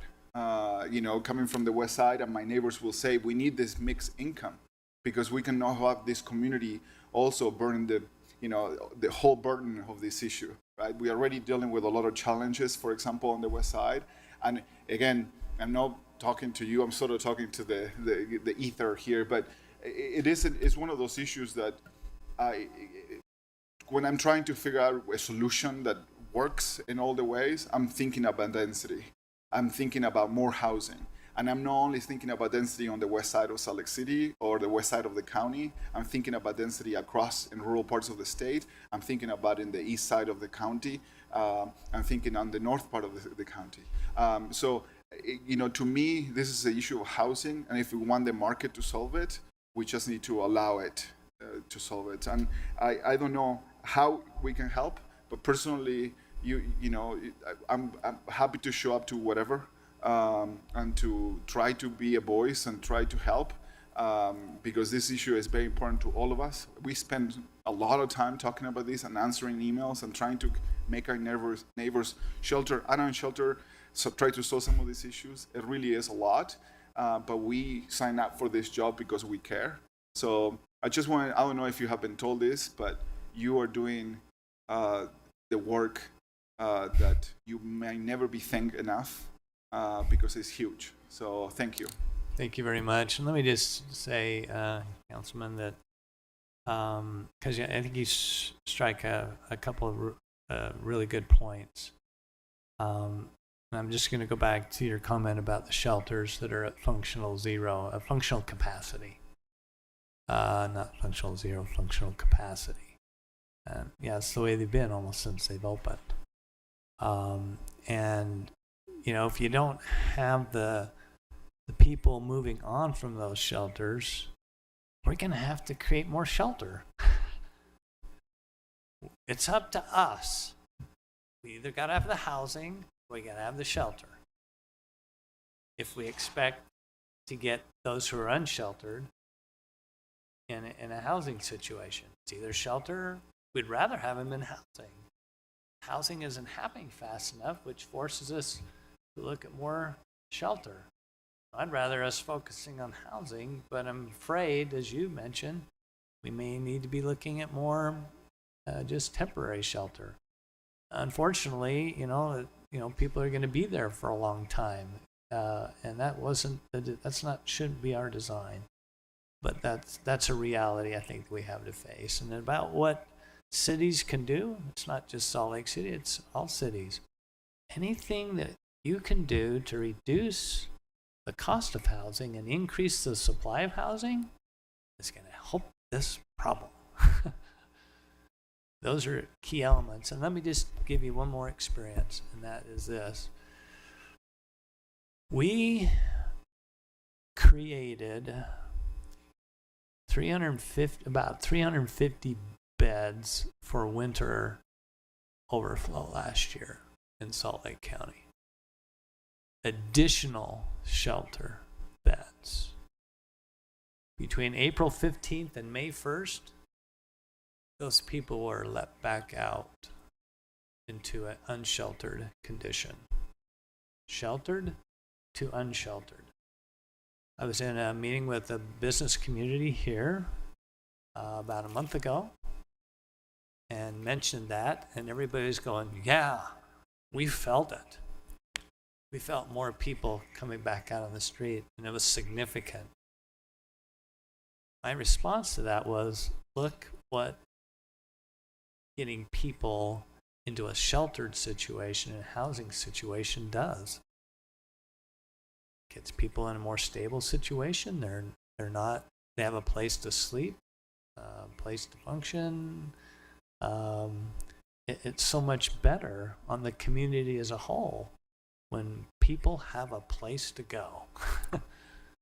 and that very fact and how people felt when we released those individuals back out on the street is an indication of what's possible if we have enough places for people to go. Now, we're looking at 600 additional beds this winter because we didn't have enough last year. More than we've ever had before, 350. It was insufficient. So we've now said 600. But if we don't have places for them to go, we're going to release another 600 people to homelessness next spring. Now, yeah, we got them through the winter, but, it's going to be impactful on communities for the individual, mostly, right? The impact's mostly on that individual, but it's going to affect communities because there's going to be another 600 people that are unsheltered that weren't, a couple weeks ago. Okay, I'm going to try to be succinct because we're over time. Oh, okay. No, I'll meet you afterwards to express gratitude. I feel it deeply. Okay, so the first thing is, while this crisis is one in and of the homelessness, the experience of it for constituents, both sheltered and unsheltered, has been different. And notably for those of us on the west side, since Operation Rio Grande, we have been feeling the pressure. It has certainly accelerated since COVID and is a totally different creature.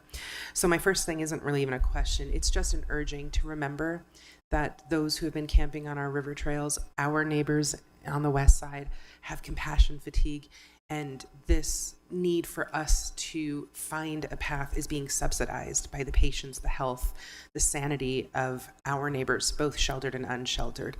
And so while the long term is housing and we're fully supportive, there is also an immediate response that needs to be had, which is why I'm thrilled that things like sanctioned camping are being considered, because while they are not ideal and no one actually wants them, they are a necessary arrow in our quiver to attack this and to offer some immediate relief to those of us who've been living on the front lines of it. But then that leads me to other things. If we're going to comprehensively address this, we need a workforce that hasn't been developed yet. We have a traditional workforce in response to this, and so people who would run sanctioned campgrounds is a workforce we've never had.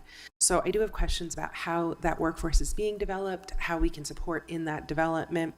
And then the second one comes around the concept of data. I'm working on an impact center research right now about Huntsman Mental Health Institute. And the HIMSS data set is difficult to use, and our providers are already maxed out. And so is there a way to unify and streamline data capture so that we can, number one, have customized results that are responsive to actual things that we want to see? And then Number two, as things are coming online, being able to match make between the individual and the resource that might help them. For instance, every time I get someone over 55, Carol is my first call because I know she's so amazing with that constituency. The Other Side Academy works for a unique set of experiences. And so it would be nice if we could, as these are coming online organically, start to data collect and classify so that we can, in the future, more effectively streamline the matchmaking process while also inviting other providers in a verified, safe way to help fill out this kind of landscape that we need to see to comprehensively respond. So I guess my question really is workforce development, and then what can we do about data collection and data usage? Yeah, and workforce development really is probably more affected by state policy than anything. And that's a discussion that's being had. We're raising the flag. We don't have enough workers in this space. But first of all, we don't pay them. Who wants to do that for what you get paid for? And so that's got to be part of what we address. Because I think if you pay them enough and the environment is good enough, you'll attract people into it. Anyway, there's some efforts that are going on, but again, it's going to take some time to get there. But I know that you're going to one of the most immediate things we can do is make sure that they're, making a wage that isn't putting somebody on the edge of homelessness. That's a key issue with that. Now, the workforce, and what was your next question? Data collection and usage. Oh, data collection, really good. So, man, this is a really hard issue. I think there's about 2/3 of those who work in homeless services in the state report to HMIS. Others don't, because they're a private entity and we can't force them to report. But what we're trying to do at this point is integrate databases statewide. So if we bring a criminal justice database together with the homeless and maybe health, we've got to protect privacy, first of all. So the state has actually had a whole task force on this for the last 6 months. I've been on that task force. And when I was in the legislature, I beat this drum a lot, bringing databases together so we have better information, better informed on these issues and what to do for policymakers like yourself in the legislature. I can't believe how complicated it is. But in the center of all that is privacy. And how do we, protect everybody's privacy and yet, obviously you don't want it to, it has to be aggregated data. But that's what we need, right? We don't need to know individual names. There's an effort for that. I think there's going to be some changes on statewide data that the state has control in this next legislative session, hopefully to get us to some better information to inform policy. But, we have a long ways to go with that for sure. But, you can look on the website today. When we sign a contract with a provider that we provide funds, we require outcomes and they report on those. That's all public information. If you'd like to know more about that, and we're happy to lead you to that information. So, okay. Thank you, Wayne. We are at our time, but if there's any last-minute short comment that council members want to make, do we have any? Thank you so much for this. The conversations. We scratched the surface today, but again, I'll just say what I said in the beginning is that this is probably the most in-depth we've ever talked about in a council meeting with a representative of the state. So thanks for being that. Yeah, and the good part about it is we've mapped this. We know where the gaps are. This is not, we're not we know what we need to do. We just need to do it. Thank you. Yeah, thanks. Appreciate. And then we'll talk again soon. Council members, we have a 10-minute break scheduled, but we need to move to the board appointment before the break because the board appointee has a hard stop at 5:30. So and that's why we're doing a board appointment early today. We have more board appointments. We'll do them at the end of the meeting like normal. But this is a board appointment to the Planning Commission for Carlos Santos Rivera. Are you here in person or online? I am here online. Great. Thank you for being here. We just give you a minute or two to introduce yourselves. Tell us why you're interested in the Planning Commission. Does my sound? Can you hear me? Yeah, I can hear you all right. Okay, hold on. We're having sound issues.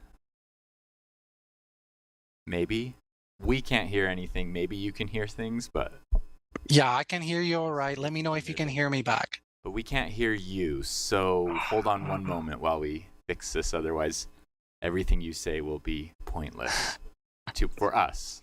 Maybe the people on the internet can hear. I don't know. Can we get a test of the audio? Yeah, can you hear me all right? Yep, you're back. Thank you. Okay, All right. go ahead and just introduce yourself, what your background is, why you're interested in the Planning Commission, and what you hope to bring to the role. Yeah, absolutely. Well, thank you so much, everyone, for having me. Thank you, Councilman, Councilwoman here. I am Carlos Santos Rivera. I am a strategist and resilience planner, formerly a government consultant for a management consulting firm here in Utah, working in issues like ARPA, CARES Act, the Emergency Rental Assistance Program, the COVID Relief Fund, among other different grants, working with state and local clients and federal agencies, managing their statutory and regulatory compliance with those grants. And just as previously mentioned, just working with housing issues, planning issues, crisis management, and overall disaster management. I am eager for this position. I am here to represent in District 3 in our beautiful city of Salt Lake City. And I see this as an opportunity to keep shaping the future of our local decision-making processes. And my background is in political science and urban planning, and I see this as a platform to keep shaping our beautiful future together, not only for District 3, but everyone who calls Salt Lake City home. And yeah, I bring a lot to the table. Again, I've been working with different entities, multiple different states, multiple different communities. And I'm very passionate about what brings us all together. And I think that I bring not only my professional experience to the table as a resilience planner, but also as a very practical professional who works with, consensus building and making anything possible for the health and well-being of our communities.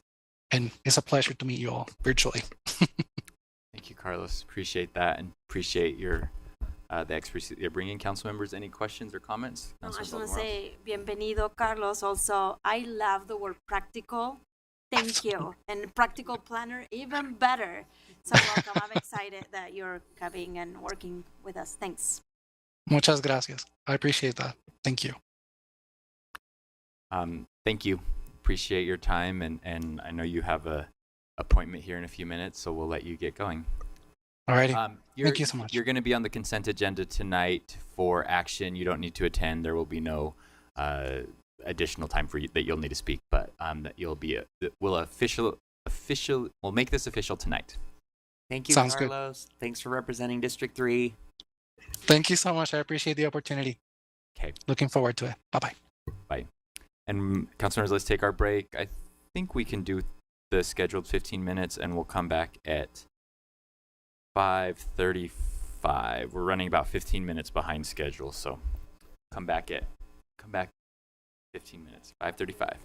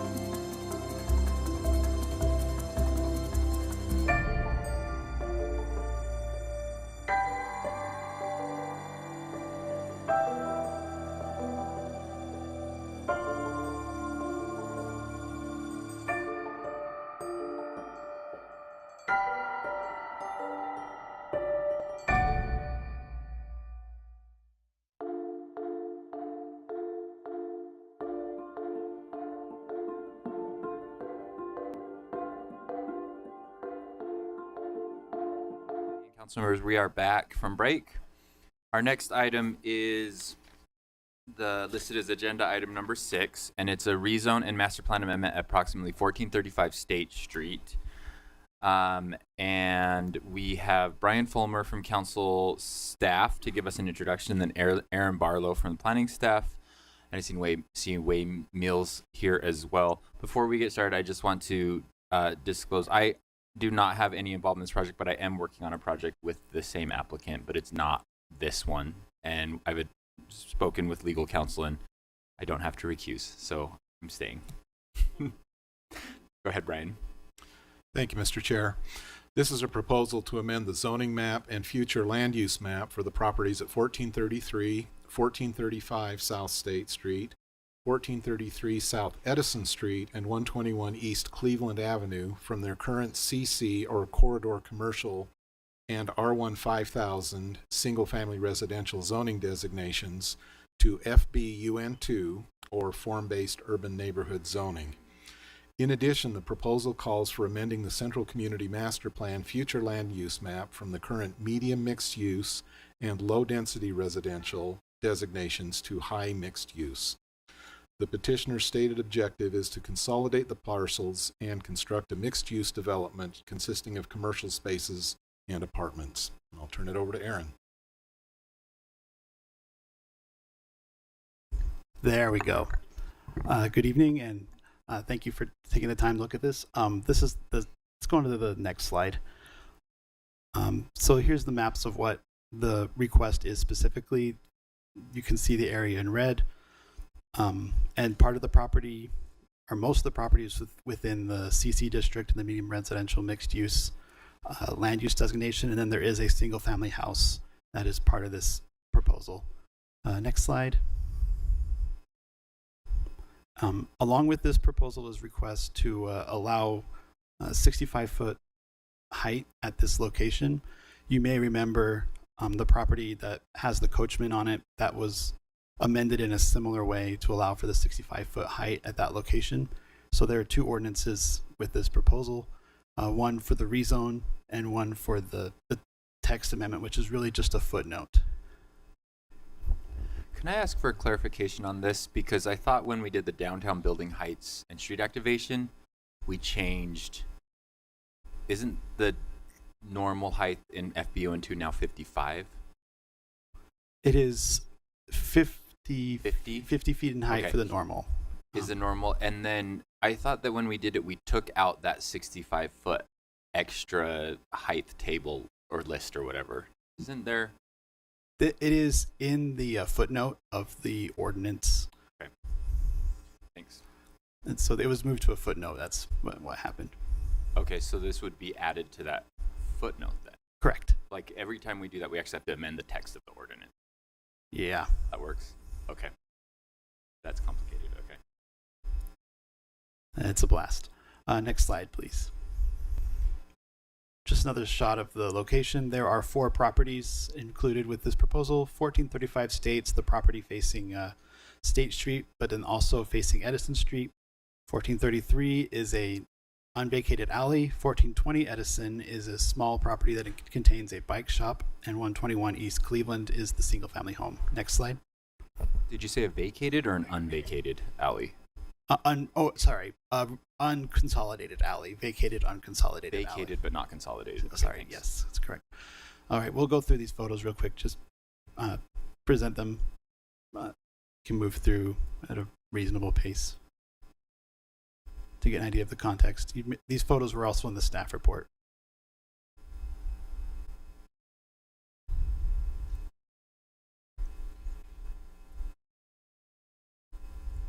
Okay, so what exactly would change with the FBUN2 district? There are fewer high-intensity and car-centric uses in the FBUN2 district compared to the CC district, and there's more residential development types. You have cottage courts, you have townhomes, multifamily, several, and also there's additional development requirements that I'll go over on the next slide. But the biggest change is that additional height from 45 feet if through development review up to 65 feet if you choose to pass the ordinance that would place it in that footnote. Next slide. And then those development standards that are an improvement from the CC district specifically, there are wider setbacks, 20 feet for the rear yard, 15 foot for a side yard. And these are for adjacent to single family districts or districts that allow 30 feet or shorter. So any district that has that lower height limit, these would apply. And then there's also the upper level step back. And that was slightly changed with the amendment to the downtown building heights. It used to be a 1-to-1, but now it is a 10-foot step back above 30 feet in height, that next floor. And then the landscape buffer, there is that 7-foot buffer with shade trees, hedges, and a fence. Next slide. And just going over, this proposal is consistent with more contemporary master plan policies. The Central Community Master Plan really emphasized adding density downtown only and not in other parts of the community. But later plans have really pushed for transit corridors in other areas, and that's why staff has recommended approval on this, despite conflicting with the Central Community Master Plan that was adopted about almost 20 years ago. Next slide. And then next slide. Thank you. That's all I have. Thank you, Aaron. Council members, do you have any questions on what staff presented? I'm trying to figure out the footnote thing. This seems like a not very elegant. I understand why, and we had an old zone that had a table that had these areas were allowing additional height.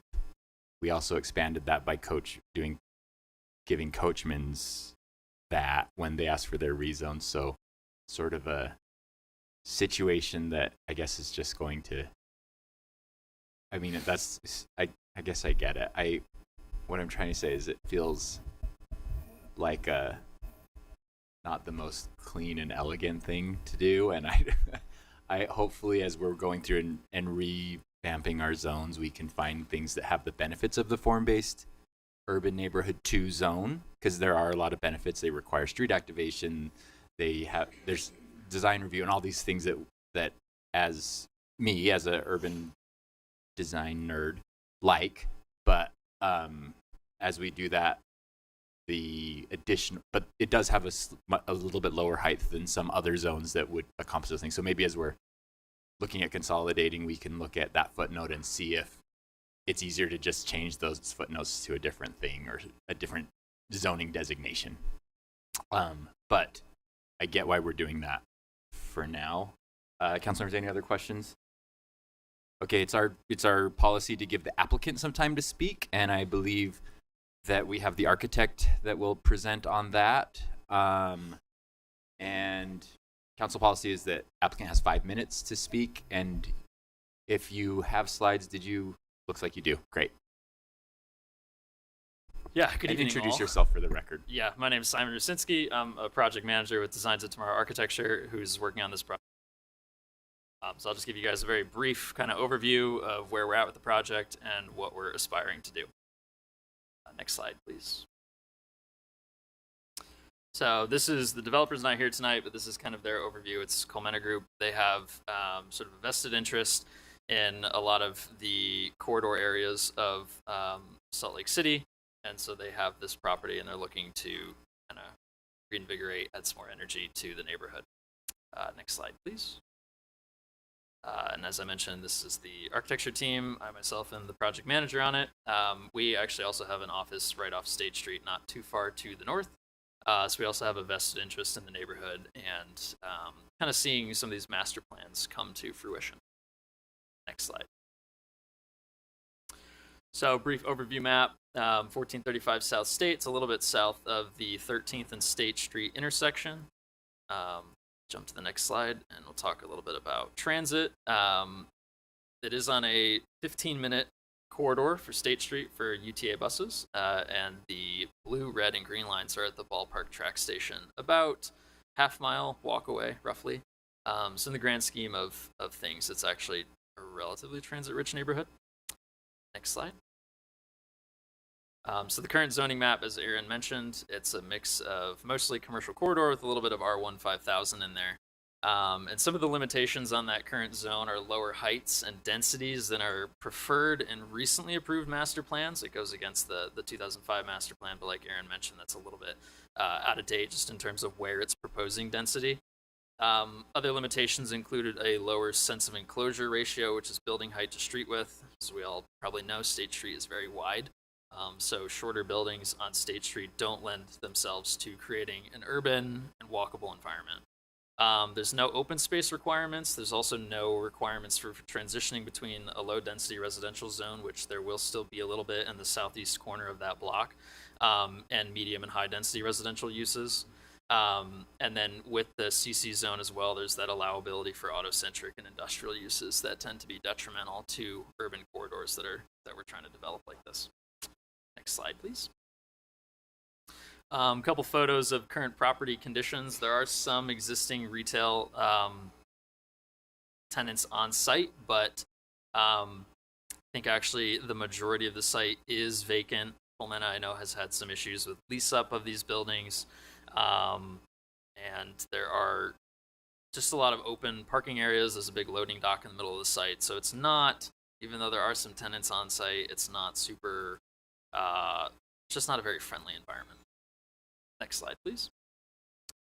So our proposal, like Aaron mentioned, is to upzone this to FBUN2 with that 65-foot height limit.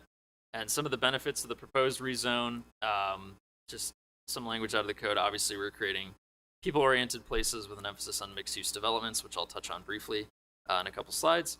There are height and density limits that are preferred in the recently approved master plans.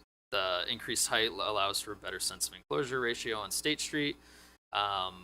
Also, the proposed buildings will create a little bit of a sound buffer from State Street as well, having that higher and medium density on State Street just kind of buffers those internal neighborhoods.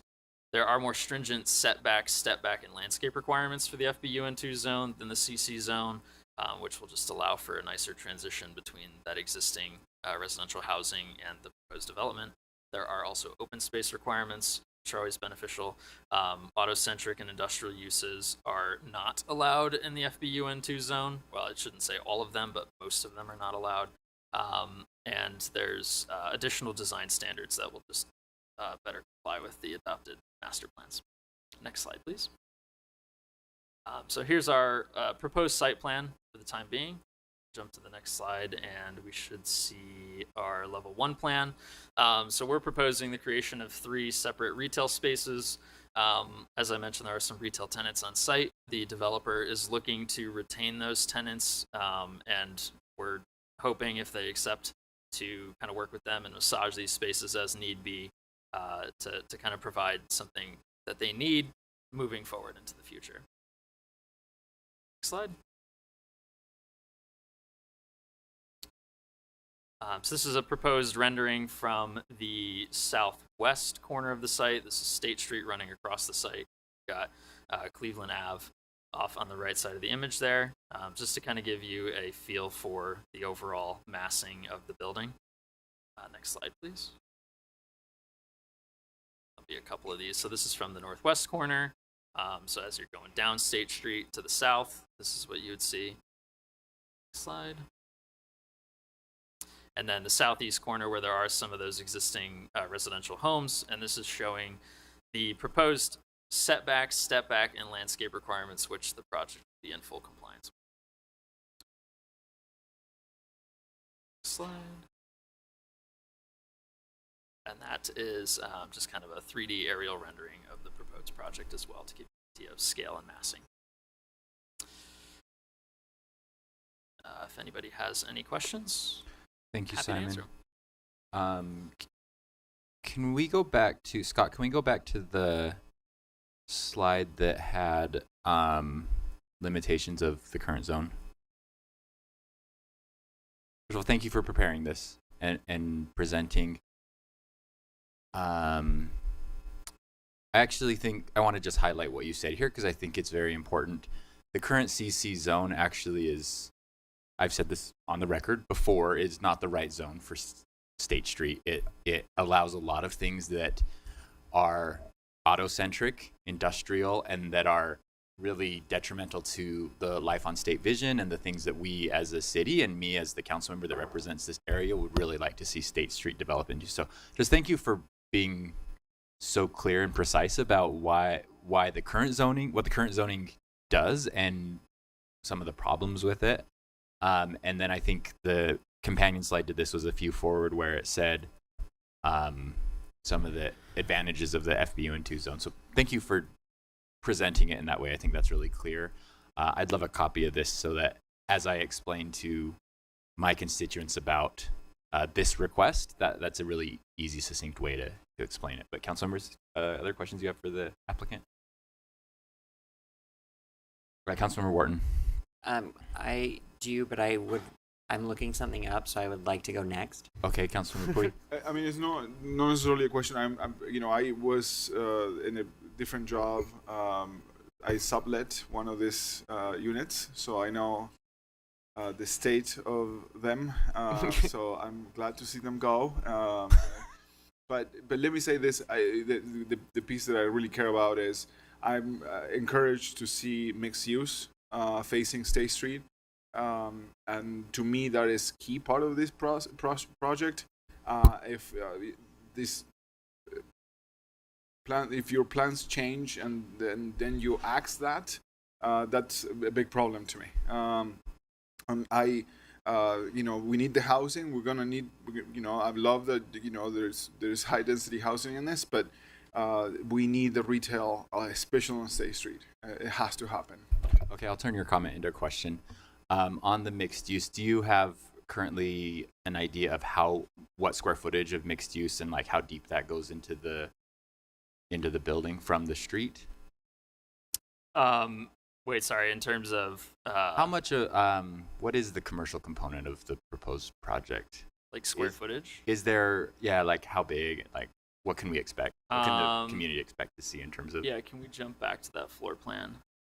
Let me see if we have the square footages. I mean, I don't need the exact square footage. Well, but like, is it a small coffee shop? Is it a larger retail area? Is it can be multiple restaurants? What do you think? Yeah, the goal was to provide. So if we go one more slide, the goal was actually to provide 3 kind of different scaled spaces for just a variety of tenants. So we could have a somewhat larger restaurant. We could have a smaller gym, we could have a smaller coffee shop or small retail store, but the goal is to provide that variety, because I feel like a lot of the time what we see around the city is kind of like boilerplate retail that then sits empty, and it's not really tailored for a variety of tenants. So that was the goal here, and again, I think the developer's working with the tenants on site to try and get them to move into the new building once it's complete. And so if they're interested in that, then we're happy to kind of massage the spaces to meet their needs. But the base design intent was to provide that variety of differently sized retail spaces. I appreciate that. And it looks to me like it's about half of the frontage of the building, more or less, is used for commercial. Could you go back to your client and ask if they are amenable to potentially looking at agreeing to include some of that, and to what degree they would be willing to agree in a development agreement that like the mixed use, as Councilor Pui mentioned, would actually stay in the project and not be, because I know Form-Based 2 could allow just housing and doesn't require the commercial space. So if you could talk to them and see if they're amenable to that, I think that's something that would be that I would like to see for State Street, and I agree with Councilor Pui's comment. Yeah. Wharton. Thank you. Can you go to the design of the for this project? Yeah, the rendering. Thank you.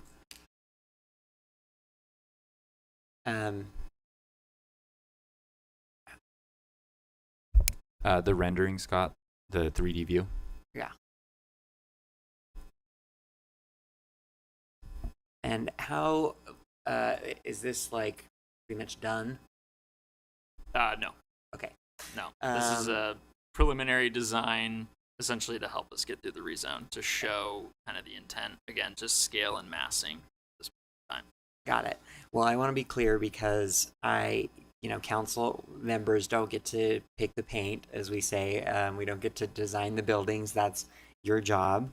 And I certainly wouldn't want to, like, this has nothing to do with how I would vote on this project or anything, but I'm picking you because this is a highly visible part. State Street in general is a highly visible part of the city. And you probably have heard this as being an architect many times, but I hear from residents all the time that we have this same kind of boxy architecture and that it looks all kind of the same, and they want to see something more like interesting. And I think that this being on State Street is like a really great opportunity. Not that there's anything wrong with this design, but some of the other designs that you showed that your firm has worked on are a little bit more dynamic. And so this is feedback purposes only, that I would love it if there was something that was more different or more like interesting because of the placement on this. It has nothing to do with how I'm going to vote, just making that clear again. But yeah, that would be great to see. Sure. Yeah. Thank you. We'll see what we can do. I'll echo the goal. Let's do something really unique here. Yeah. Really do a really cool project that stands out and doesn't look like every other housing project that we've seen developed. I have all the confidence that you will, but thank you for saying that. Boxes are great. It's a very nice shape, but boxes At are least they're not the same box. they're very well represented currently. It's at least 4 different boxes. So, as opposed to... yeah, I mean, different. You could make the boxes face a different way. I don't know. Like, you're the expert. Okay, thank you. Any other council member comments? Thank you so much for being here. Thank you. I have a couple things for you to take back to the owner and maybe work with our staff on. But thanks. Appreciate this and excited to see projects happening on State Street. Yeah, we are too. We badly need it in that part of the city. Yeah. Thank you all.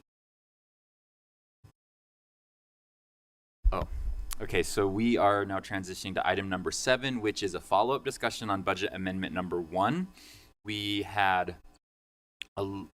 didn't quite get through all of the things on the last budget amendment, but we have already discussed this once or twice. So, Ben, let's continue that discussion. There's a updated attachment you may have noticed. It is a calendar of events for the downtown open streets events. The council asked for additional details since the activation and programming budget is proposed to be significantly higher than in previous years. It's 5 pages. As you can see on the screen, it lists events by day, time of day, and the location, since individual blocks are identified to have a broader spread, so more blocks will be able to participate in the programming than in previous years where it was more concentrated in some areas. This is a draft, so subject to change. It's not final, and the event is scheduled to kick off, I believe, Friday, September 15th, and run through the end of October. Just a reminder, the council did take a straw poll 5-2 at the last briefing to indicate support. The public hearing is scheduled for tonight, and the vote is scheduled for September 19th. And is this clarification when we were told that the reason that activation number had swollen so much was artist fees and materials? Is this the totality of what that fee is paying for, or an attempt at giving us a little more clarity? So this is not giving you an additional breakdown of that $185,000 activation and programming budget. This is the current list of events. It is a higher number of events on more blocks, but we don't have a breakout of that $185,000. I don't know if economic development staff is here to speak to that, but they're joining us now.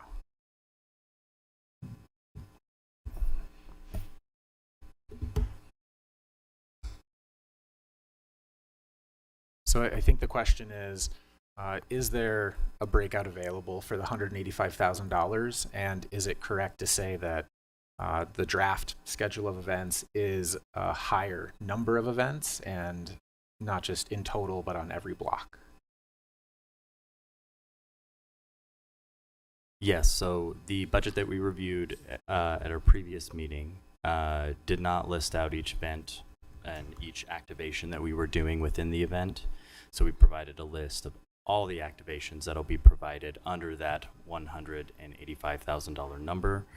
That number since we've last met has been reduced due to additional information and more information around the activations and what's possible, what we're able to do, which has been reduced by approximately $30,000. Is it possible to get an actual budget that says we're paying this person this much, this material, this rental is this much? Yes. I'm just still struggling with the fact that this is more than 3 times what we paid last year for a third of the evenings. That's still, and I get it, I'm the 2 versus the 5, but it's still really, really bothersome to me. Thank you. Yeah, Councilmember It would be Valdemar. nice to have a breakdown so that council members understand like where exactly where the money is going. I know that there have, from what I hear from Downtown Alliance and you guys, the city was able to to not charge certain fees, and not because of the pandemic, and now we are charging the Downtown Alliance some of these fees, and that's why the price is up. So I would like to see what those fees are, because if the city can waive these fees, by all means, like let's waive them and put this cost down. And also, I know there's some issues with security, and as we all know, security prices have gone up. So I think that's part of the issue as well. So it would be nice to have like a breakdown of all the pricing. I mean, all the cost. If that's possible. We do have, or we can request that. I also wanted to note a big difference from last year is that a lot of the activation that happened was already happening. So the Busker Fest was happening during open streets, and also the some of the blocks events that was completely separate. That was basically the activation and programming. That was not. And it was a different budget and a different event. That is not happening during this fall because that stuff happens during the summer. So we are starting from scratch of having almost nothing planned to what you see here, day by day, line by line item by hour almost. And the reason why there's so much going on is just really to open up the event to more people, to make it more attractive. And like we discussed in the last meeting, to really fill in those blocks, those in-between blocks that really didn't see any action. Councilmember Wharton. Yes. So in addition to like a breakdown of costs, I would like to see kind of what you were talking about. Can we get a schedule of what the activation was that we had in previous years, so we can get a real idea of, this is the activation you got in previous years, but we either weren't paying for it, or this is what we did pay for, so we can get a full picture of what we're getting for what we're paying. And then second of all, I see that like there are murals on here, and I was really, really excited because I love murals and I really want more of them. And I've been waiting to hear from Salt Lake Arts Council about a more robust mural program. But the ones I see on here are like on boarded up buildings, and so I know they're gonna be temporary.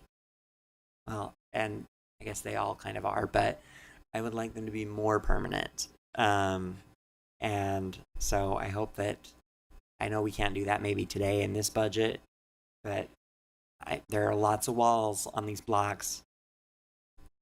So I'd love to see if we could do a more permanent mural. Thanks. Councilmember Puig. I think that last council meeting that we discussed this, and today we basically have the same question.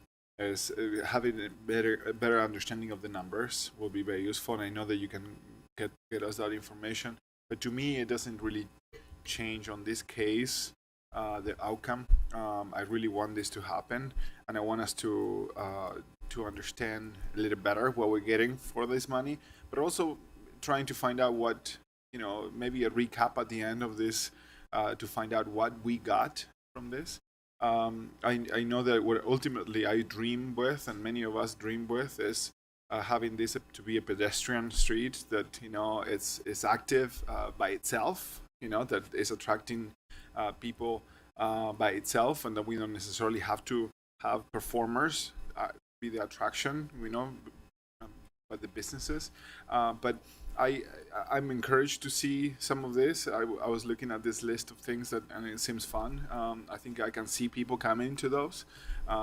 Again, the breakdown of the monies will be helpful, but ultimately it is a dream of many of us to make sure that we are actually making sure that our core part of the city is active and is thriving and it looks like it should be.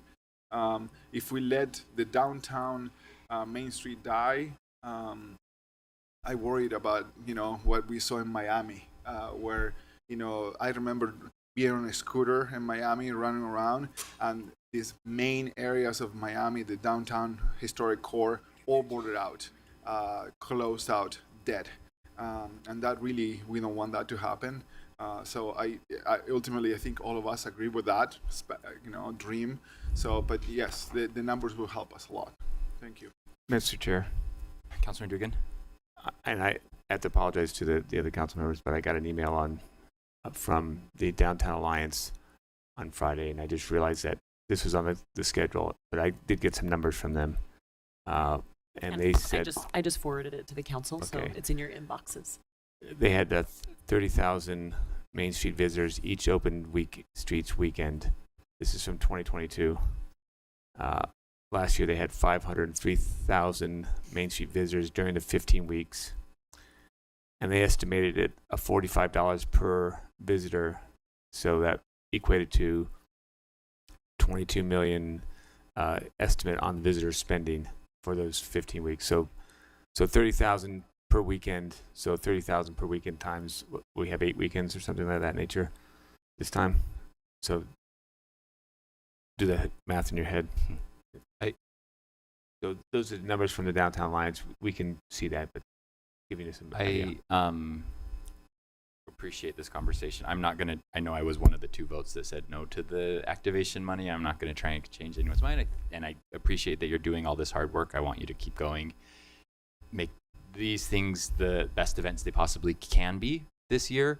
But I do want to think about how these can stop being events and be just the condition of the street downtown. And I don't think that we can afford to invest this much money for 365 days a year, but I want this to be a destination 365 days a year. So at some point, I hope you'll come back and we can have a conversation about how it went and what we learned and how we can start to incorporate some of those things into something that could eventually become permanent and stand on its own without requiring taxpayer dollars to go to events to make sure that the people come to the city, but that we just make a good city and people come. Mr. Chair, to that point, some of this money does go to some permanent things, which is a huge, big deal. Those I'm very happy about. We rented a lot of these barriers for many years. For the first time, we're going to have those to be permanent, so people don't run into the tracks. So, which is a step closer to actually making this a pedestrian street. And just for the record, I am supportive of all of the things. It's just the activation that I am having hard peace with, but I'm not trying to change your mind. So. Just one last Go ahead. thought. Yeah. So thank you for the Downtown Alliance sending that. I think we mentioned this before. We made national news on how fast we recovered because of all of our investment in downtown Salt Lake City. And this was not the Downtown Alliance in it. It wasn't our staff. It was outside party figuring it out, getting the data, the real data out there. So I think there's a lot to say about that. Second of all, we've invested in studying this open street closure or open streets program, the Main Street closure. So it is in tandem of what we're doing right now. So we will have the numbers and we will have the study that says, if you guys want this to be permanently closed, this is how much it's going to cost. So don't think that if next year we don't do these open streets, we're off the hook. Like, naturally, Main Street will be amazing on its own. We'll have to invest. So let's not forget about that. And there is a 200, right now, what I can see, $280 $18,500 that we are investing, that it's permanent stuff and not a one time. So I think like I know that we want to be very clear, and I think the staff knows, and we want another go, at least I want another go on like specifics and then on what happened, what we're going to do today, and then what we're going to do in the future, so that it's clear. But even with this $700,000 number, the return on our investment, I mean, you can't like, you know, it's just amazing. And so I don't want downtown to die, obviously, Main Street, and for sure I'm supporting this 100%, and we'll figure out how much it's going to cost us in the future for the permanent solution. Thanks. Down to Main Street's great. Main Street's so much better than it was 10 years ago, way better than it was 20 years ago. So, And so downtown's not dead. Come to downtown. Right. It's Oh, amazing. right. But Right. this will help it become even better. Even better. Okay, should we move on to the next items in the budget amendment, or how many more do we have that we haven't touched on? We've got a few more. There are some housekeeping items I can skip over that we see each year, or are just follow-up corrections from the annual budget. So I'll just focus on the ones I think the council would have policy interest in, if that's all right. A3, I won't talk much about this one since there was a separate briefing. This is the corresponding budget item for the $2.4 million refund to the Ivory University House. An equivalent amount, $2.4 million, would be used over the next 10 years through needs-based scholarships for city residents. It could be housing assistance, it could be tuition stipends, it could be paid internships, or a mixture of those. There was a separate staff report and briefing on this last month. The budget amendment staff report does have a breakdown of where that $2.4 million is coming from, if you wanted to see all of the different impact fees and permit fees that are involved. Which page is that on? That is on page 7 of the staff report. Thank you. And we can put it up on the screen if you want to take a quick look. And the hearing, the public hearing for that public benefits analysis is tonight. And the anticipated time for action is the 19th. So depending on what the outcome is of that public benefits analysis, staff can follow up and remove that item from the budget amendment, right? Because obviously if you don't approve it, then it won't be, you don't need to approve it as part of the budget amendment. But if you do approve it, we need to have it in the budget amendment. Okay, thank you. That was So we'll make sure agenda-wise that one is before the other. Gotcha. Thank you. Okay. If there's nothing else on that, I'll jump to item D2. This is a correction to the consolidated fee schedule. And there's a table on page 8 we can get up on the screen that shows the redlined changes. The adopted consolidated fee schedule inadvertently used the same fee, $350, for a sidewalk closure as for a travel lane closure. They should not be the same. The cost justification study said that the sidewalk closure should be $98, and so this is to correct that. So there are two separate amounts for the two different types of lane closure. And a note, there are two different ordinances, one for the budget amendment and one for amending the consolidated fee schedule. So we're talking about both in the budget amendment briefing, but since there's two ordinances, that's two separate votes. We will have these listed separately on the agenda on the 19th when the council considers them for action. Next is item D3. This is a budget neutral rescope of a CIP project. It is the Three Creeks West roadway. It's a single stretch of 1300 South, just west of the Jordan River by the Three Creeks Confluence Park. The project originally included two parts, reconstructing the road and installing utilities underneath it.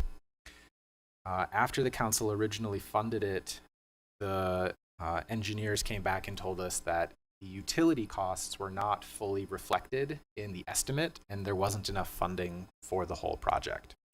In addition, the city engaged with the 10 property owners, 10 residents, because if you install a sewer main, the health code requires the property owner at their expense to tie in and link up with that sewer main, which can be quite expensive.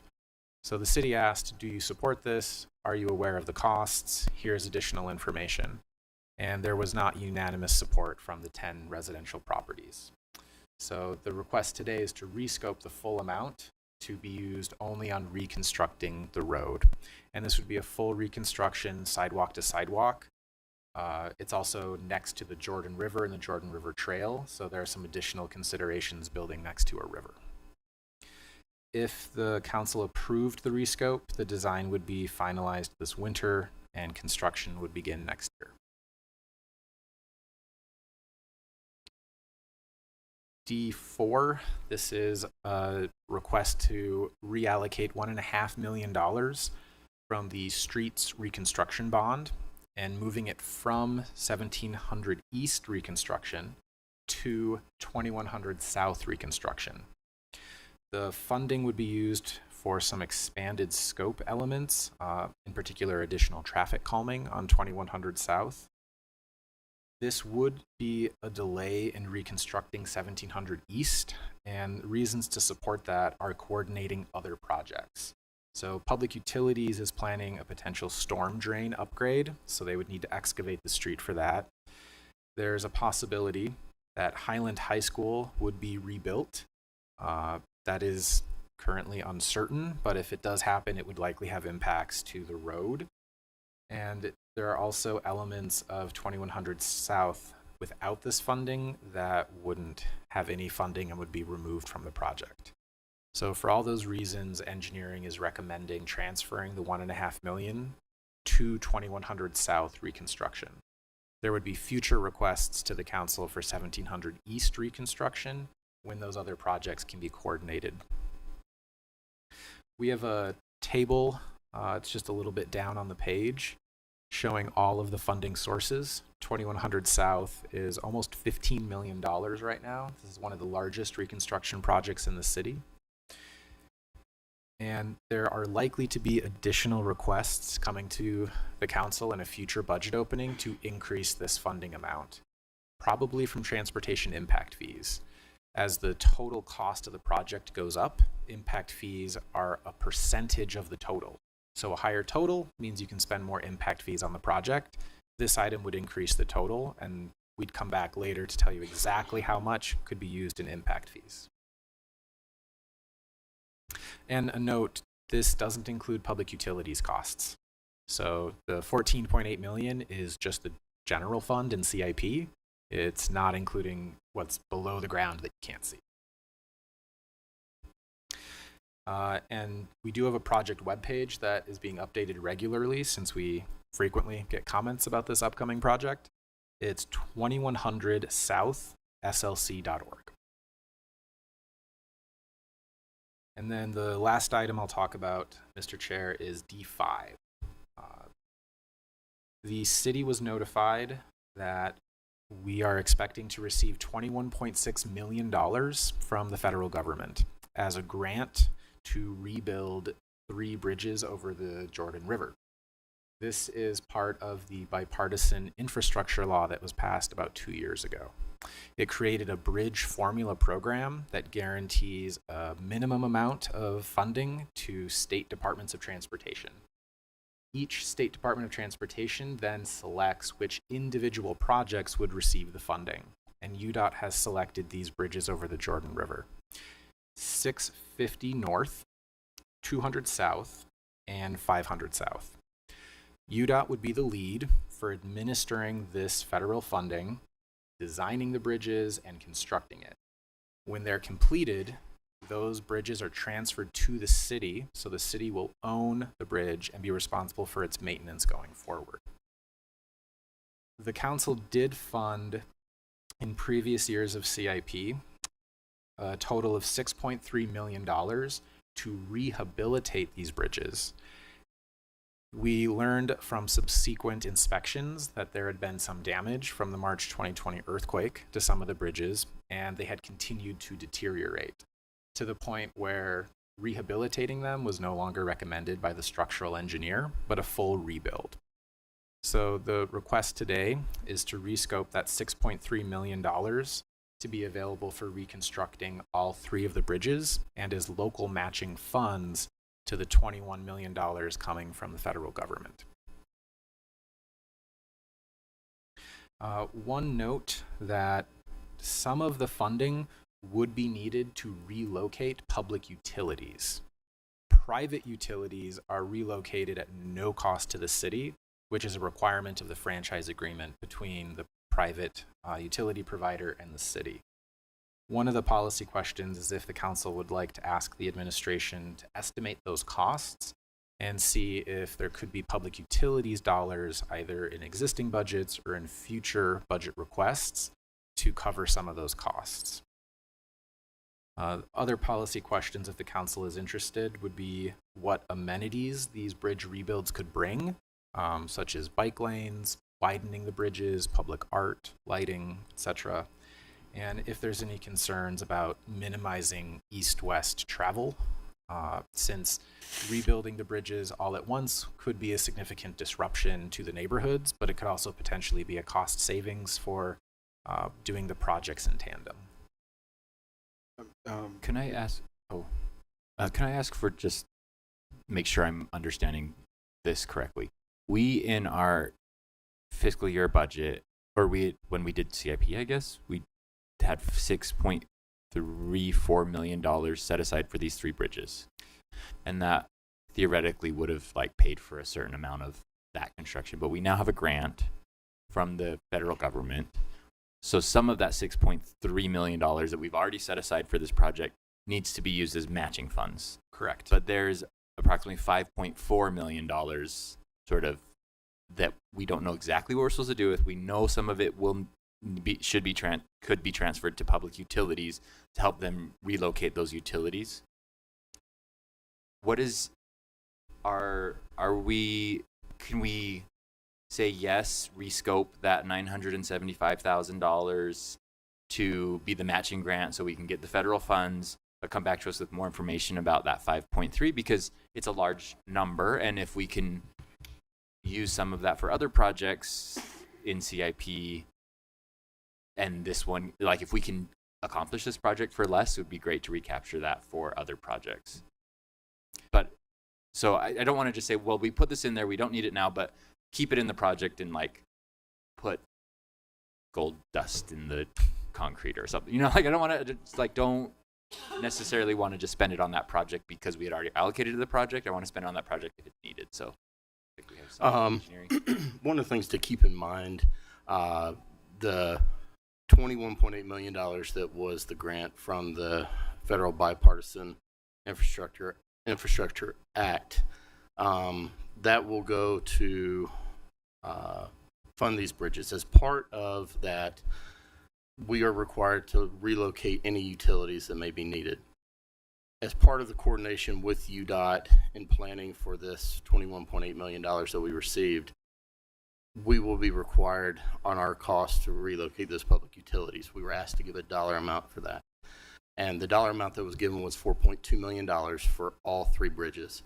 So the $6.3 million that we have, approximately $1 million of the $975,000 would go towards the local match. The other remaining 5.3 of that would be 4.2 million to go for utility relocations. The remainder of that, which is approximately $1 million, would go towards the design for the reconstruction of the 400 South Bridge. That was the 4th worst bridge in our bridge inventory. And so the original CIP allocation back, I believe, in 2021 was for the rehabilitation of the 400 South Bridge and the 650 North Bridge, and has been explained as a result of the earthquake in March 2020. It was no longer recommended that the bridges be rehabilitated but reconstructed. And so we would take that money that was left, put towards the design of the reconstruction of the 400 South Bridge. So all in all, the city would be getting approximately $22 million worth of bridges for the cost of about $5.3 million. Okay, yeah, but it's that remaining 1 million that I think I would be interested in at least just thinking about whether we want to spend it on that design. That sounds like a lot for design. I don't know exactly what design means, but I mean, I know what design means, but I don't know what design of a bridge So necessarily means. But is it really $1 million for No, no, no. consultant fees? To no, design it would not be a full $1 million. So what that $1 million would be for design, and whatever's left would be ideally allocated towards construction of the 400 South I guess Bridge. what I'd be interested in is what is the cost of just the design, and then is there 800,000 of that or 900,000 of that we can recapture and use for other projects that are ready to go now, and then we can reallocate the additional amount for the construction of 400 South once we know the cost of that. Sure. After we've done the design, so that we're not having money sit in account for 3 years waiting to be used after we get a design and then another round of CIP to get the full funding for that 400 South Bridge. But let's just give you the money for the design, and then we can use the whatever's left over for other projects that are ready to go, or overage for CIP projects that we've already approved. And then once we have the design, we'll know exactly how much is needed, and we can put that through the same process. So we put every other CIP request. Okay. That's just my idea, though. No, I never thought about that. I think that's a really good point to me. I'm very curious about that as well. Moving projects along now instead of letting the money sit there. And not that we're defunding the project, but instead of utilizing the money ahead of time. And many of these bridges are in my district, so I'm very thankful to this. To the policy question number 2 about the amenities, or is it 3-2? I'm very interested in that. Many of these bridges, the sidewalks are very narrow and very unsafe and not great to use. That would be, if we're gonna do it, let's do it right. That's very important to me. And I mean, one of them is connects, as well said here, with the 600-700 North project. So if we're gonna do that, there's a school right there, there is a park right there, there is a lot of amenities that the city is already funding. So might as well just make sure that the bridge meets those expectations for now and the future. And my follow-up question to that, to my own comment, is how does it connect? Some of these bridges go above the Jordan River Trail, and will that impact the trail? I'm sure it will. And what will be? Are there amenities that could be added under the bridge to make those paths, the trail better, if you wish? We have sometimes, many times, we even got one of those a few minutes ago from constituents about unsafe situation under some of these bridges. Could these bridges include some lighting or some beautification, if you wish, on the underside, or right above the trail? If we're gonna do one, maybe we need to add a little more funding to make sure that works, if that's not part of the deal. But if we're gonna do it, maybe we just think holistically about how it connects with the trail too. So and those are some great comments and questions. For this type of funding from the federal funding that we're receiving, these type funds are usually to replace in kind. However, sidewalks will be included in these. Part of the approach that UDOT is taking is using standardized plans to cut cost and, through economy of scale, bid out multiple bridges with the same contractor. So there's a lot of stipulations that we're under because of the funding, but what that will allow us to do is, in the example of the 650 North Bridge, we've already been in communications with UDOT. They're aware of our 600, 700 North corridor reconstruction, and that they will incorporate the necessary items in that design to go hand in hand with what we're proposing. So those things and those discussions have already been made. As far as other amenities, such as lighting, we could add those afterwards. We could talk to UDOT's design consultant to have them put into place certain things that we're after. We could go in and add lighting or such.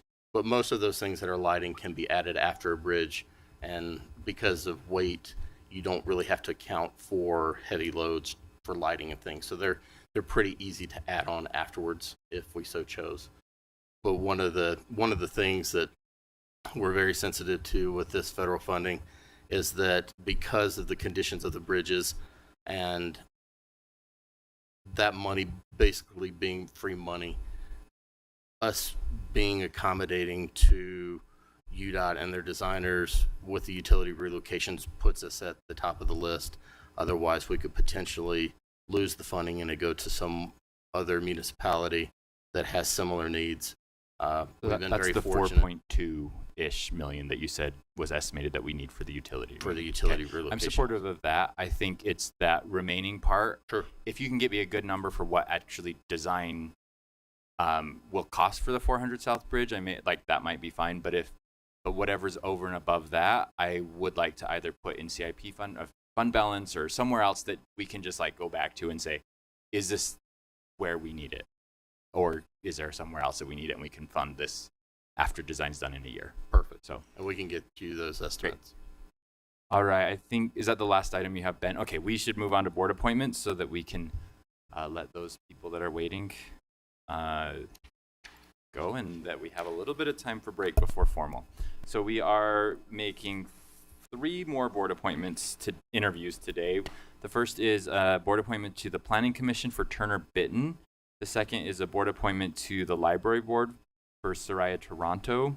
And the third is another board appointment to the Library Board for Daryl Schmick. I believe Turner is here in person. We'll just go through it in that order. Hello.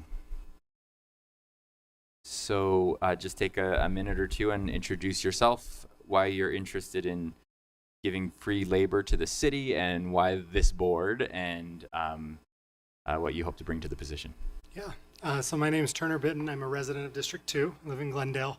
I think everybody knows me at this point, but this is my second time applying for the Planning Commission. And the reason that I've done so in the past and that I did so this time is that I believe fundamentally in the important role in land use that the Planning Commission has. And I tried to move to Salt Lake City 3 times, and I understand that as a growing city, we face a lot of pressures and balancing a lot of different interests.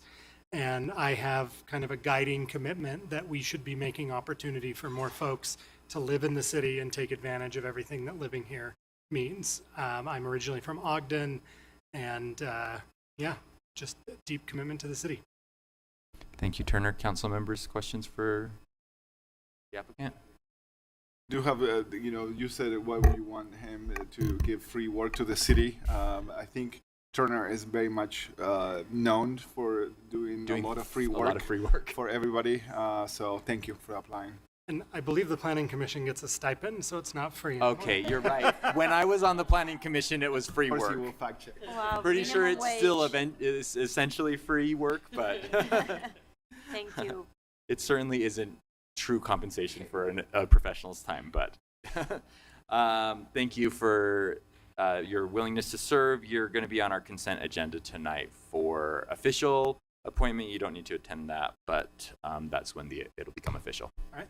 Thank you. Thank you. Next is Soraya Toronto, and it looks like you're here in person. Same introduction. Feel free to just let us know who you are, why you're interested in serving on the library board, and what you hope to bring to the position. Sure. I'm Soraya Toronto. I'm in District 6. Hi. And I think the Salt Lake City Public Library is just marvelous. I've lived here for about 7 years. And I've been, having lived in some larger cities, Seattle and New York, and really participated in the library's offerings, I can say Salt Lake's Public Library is right up there with those in terms of the programming, in terms of the outreach to the public. My family has been very engaged. My daughter served on the teen squad at our local branch several times, and we're active users of the library. I think it's a really important keystone of a good, functioning, vibrant community, and I would be really honored to play a part in the library. Appreciate that. Council members, any questions? Just thank you very much. Thank you very much. Appreciate it. Thanks. I agree with you. Libraries are important. Yep. Okay, thank you. You'll also be on the consent agenda tonight. You don't need to attend, but that's when it becomes official. Another appointee to the library board is Daryl Schmick, and I believe Daryl is joining in Zoom. Did you hear the instructions to the other appointees? Yes, sir. Okay, go ahead and give us your introduction. All right. Hello, everybody. My name is Daryl Schmick. I believe I'm in District 3. I keep looking at the map and would like to get that verified, but I'm pretty sure that Chris is my city council member. It's a pleasure to go ahead and be with you all today. Just like Soraya, I am excited to be considered for the library board. I've lived in Salt Lake City on and off since 2015. I happen to know how vibrant and how amazing this city is. And I've lived in other places such as Missouri and Texas. I'm from Colorado originally, and I know how special the city is. And I'd love to be able to, volunteer to however I can for our beautiful city library. I also am an experienced, library board member, having been a library board member in the past. And I also happen to work in libraries too. So I guess you can call me a fan. I'm excited to be considered and to answer any questions. Thank you, Daryl. Council members, any questions? Just want to confirm that Daryl is a District 3 resident. Thank you. So we're very glad to have you representing District 3. So thanks for applying. It's a pleasure. You can submit your complaints to Councilmember Warren That's from right. now on. Will do.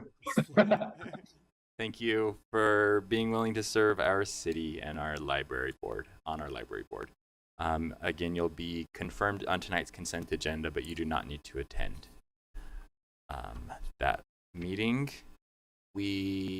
Thank you. So with that, we are done with our agenda items. I do not have a report. Vice Chair, do you have a report? But we do have actually a lot of announcements. So I'll turn the time over to Jennifer Bruno. Thank you, Mr. Chair. We have a couple of announcements. The first one is a notification of removal of artworks from the city's public art collection. This is sort of an administrative step that is governed by city ordinance. And so the administration sent a transmittal to the council office on August 8th with all the information in there. So if you're interested in finding out more on that, that's where it is. And then let us know if you have questions. Feedback needed for November and December council meetings. So because the election date was changed from when we first set the calendar in January to November 21st, you do have a council meeting scheduled on that day. Historically, the council has tried not to meet on election day just to preserve opportunities for people to vote. Are you okay if we move that council meeting to November 28th, 2023? Or would you prefer a different date? Is November 7th, which would have been election day, also an option? November 7th is an option. That conflicts with Revolution, which is now called Impact. And we don't know if council members are going to that. I think some are not. But to the extent that you're not interested in attending that conference, that might be more of an option. Okay, I wasn't planning on attending. I am not either. On 28th, I'm flying out. So. Okay. So the 7th is a better option, it sounds like? Is 7th okay? Okay. Okay for staff? Okay, great. Sorry, Impact. No? We'll see you next year. Phoenix, I mean. We'll make note of that. The Phoenix part. Let's see. The December meeting is complicated just because of we are not confident, not positive, I should say, that the county will have information back to the council by December 5th, which is your current council meeting that you have scheduled for that day. So we're wondering if the council can earmark or set aside December 6th, if needed, to convene briefly as the Board of Canvassers to certify the election results. It's a Wednesday. And we would be flexible on timing. And it'd be a short meeting. It'd be a very short meeting. And maybe it would help to let us know what times of day work for you guys on that day. Could we join virtually as well? Yes, you could join virtually. There's no public comment. Right. We need 4. Sorry, I'll just add, it would be helpful if it was after 4 p.m. because after the 4 certified results are not anticipated prior to then. I would also prefer end of work day or early evening. We need 4 in person. No, sorry, 4 p.m. is the 4 time. p.m. I was misinterpreting the hand motion.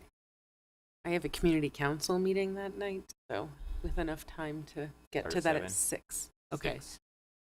So we could The schedule. window's not very big. It has to be after It would 4 be a very before quick. It would be a very quick meeting. It would likely be a very quick meeting. So would 4 o'clock work? We'll maybe set aside a block of 45 minutes from 4 to 4:45. Get 4 okay, or do you think we need it?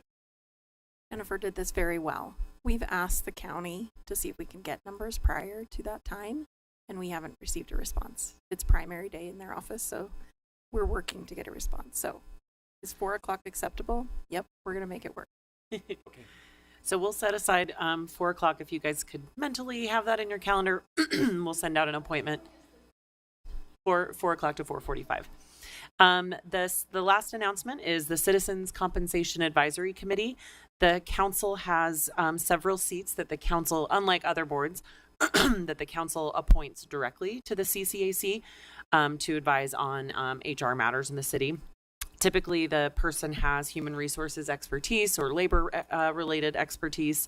Ben Ludke sent an email to you guys at 12:10 today with 3 resumes. What the chair and vice chair have kind of recommended is that a subcommittee from the council either review those resumes and make a recommendation to the council, or just if they decide to meet with those people. Are there any council members interested in? But everyone, of course, is interested in reviewing the resumes and making a recommendation. There's only 1 vacancy right now, so there's 3 people that HR has recommended for the 1 slot. So anyone interested in serving on a subcommittee for that? Councilmember Young? It probably helps to have it done before they finalize their report to the council, so sometime soon-ish would be helpful. Okay, thank you, council member. And who else was it? 1 council member does not accept. Well, Well, maybe I guess it technically does. You could, yeah, it's up to the Councilmember chair. Dugan? I'll help. Okay, Okay. so council members Dugan and Young. Okay. Anyone And else that interested in email that? from Ben is at 12:10 today. If you guys want to take a look at that email and maybe let us know if you have any preliminary questions or thoughts, and then we can decide if like a full meeting is necessary. We can have 3, but right, but 2 is okay. 2 is okay. Great, thank you, Councilmember Young and Dugan. That's it. Oh, okay, great. Then we have no closed session today, so we are on break, and our formal meeting will begin in this room at 7 o'clock. So eat fast. Sorry. Thanks.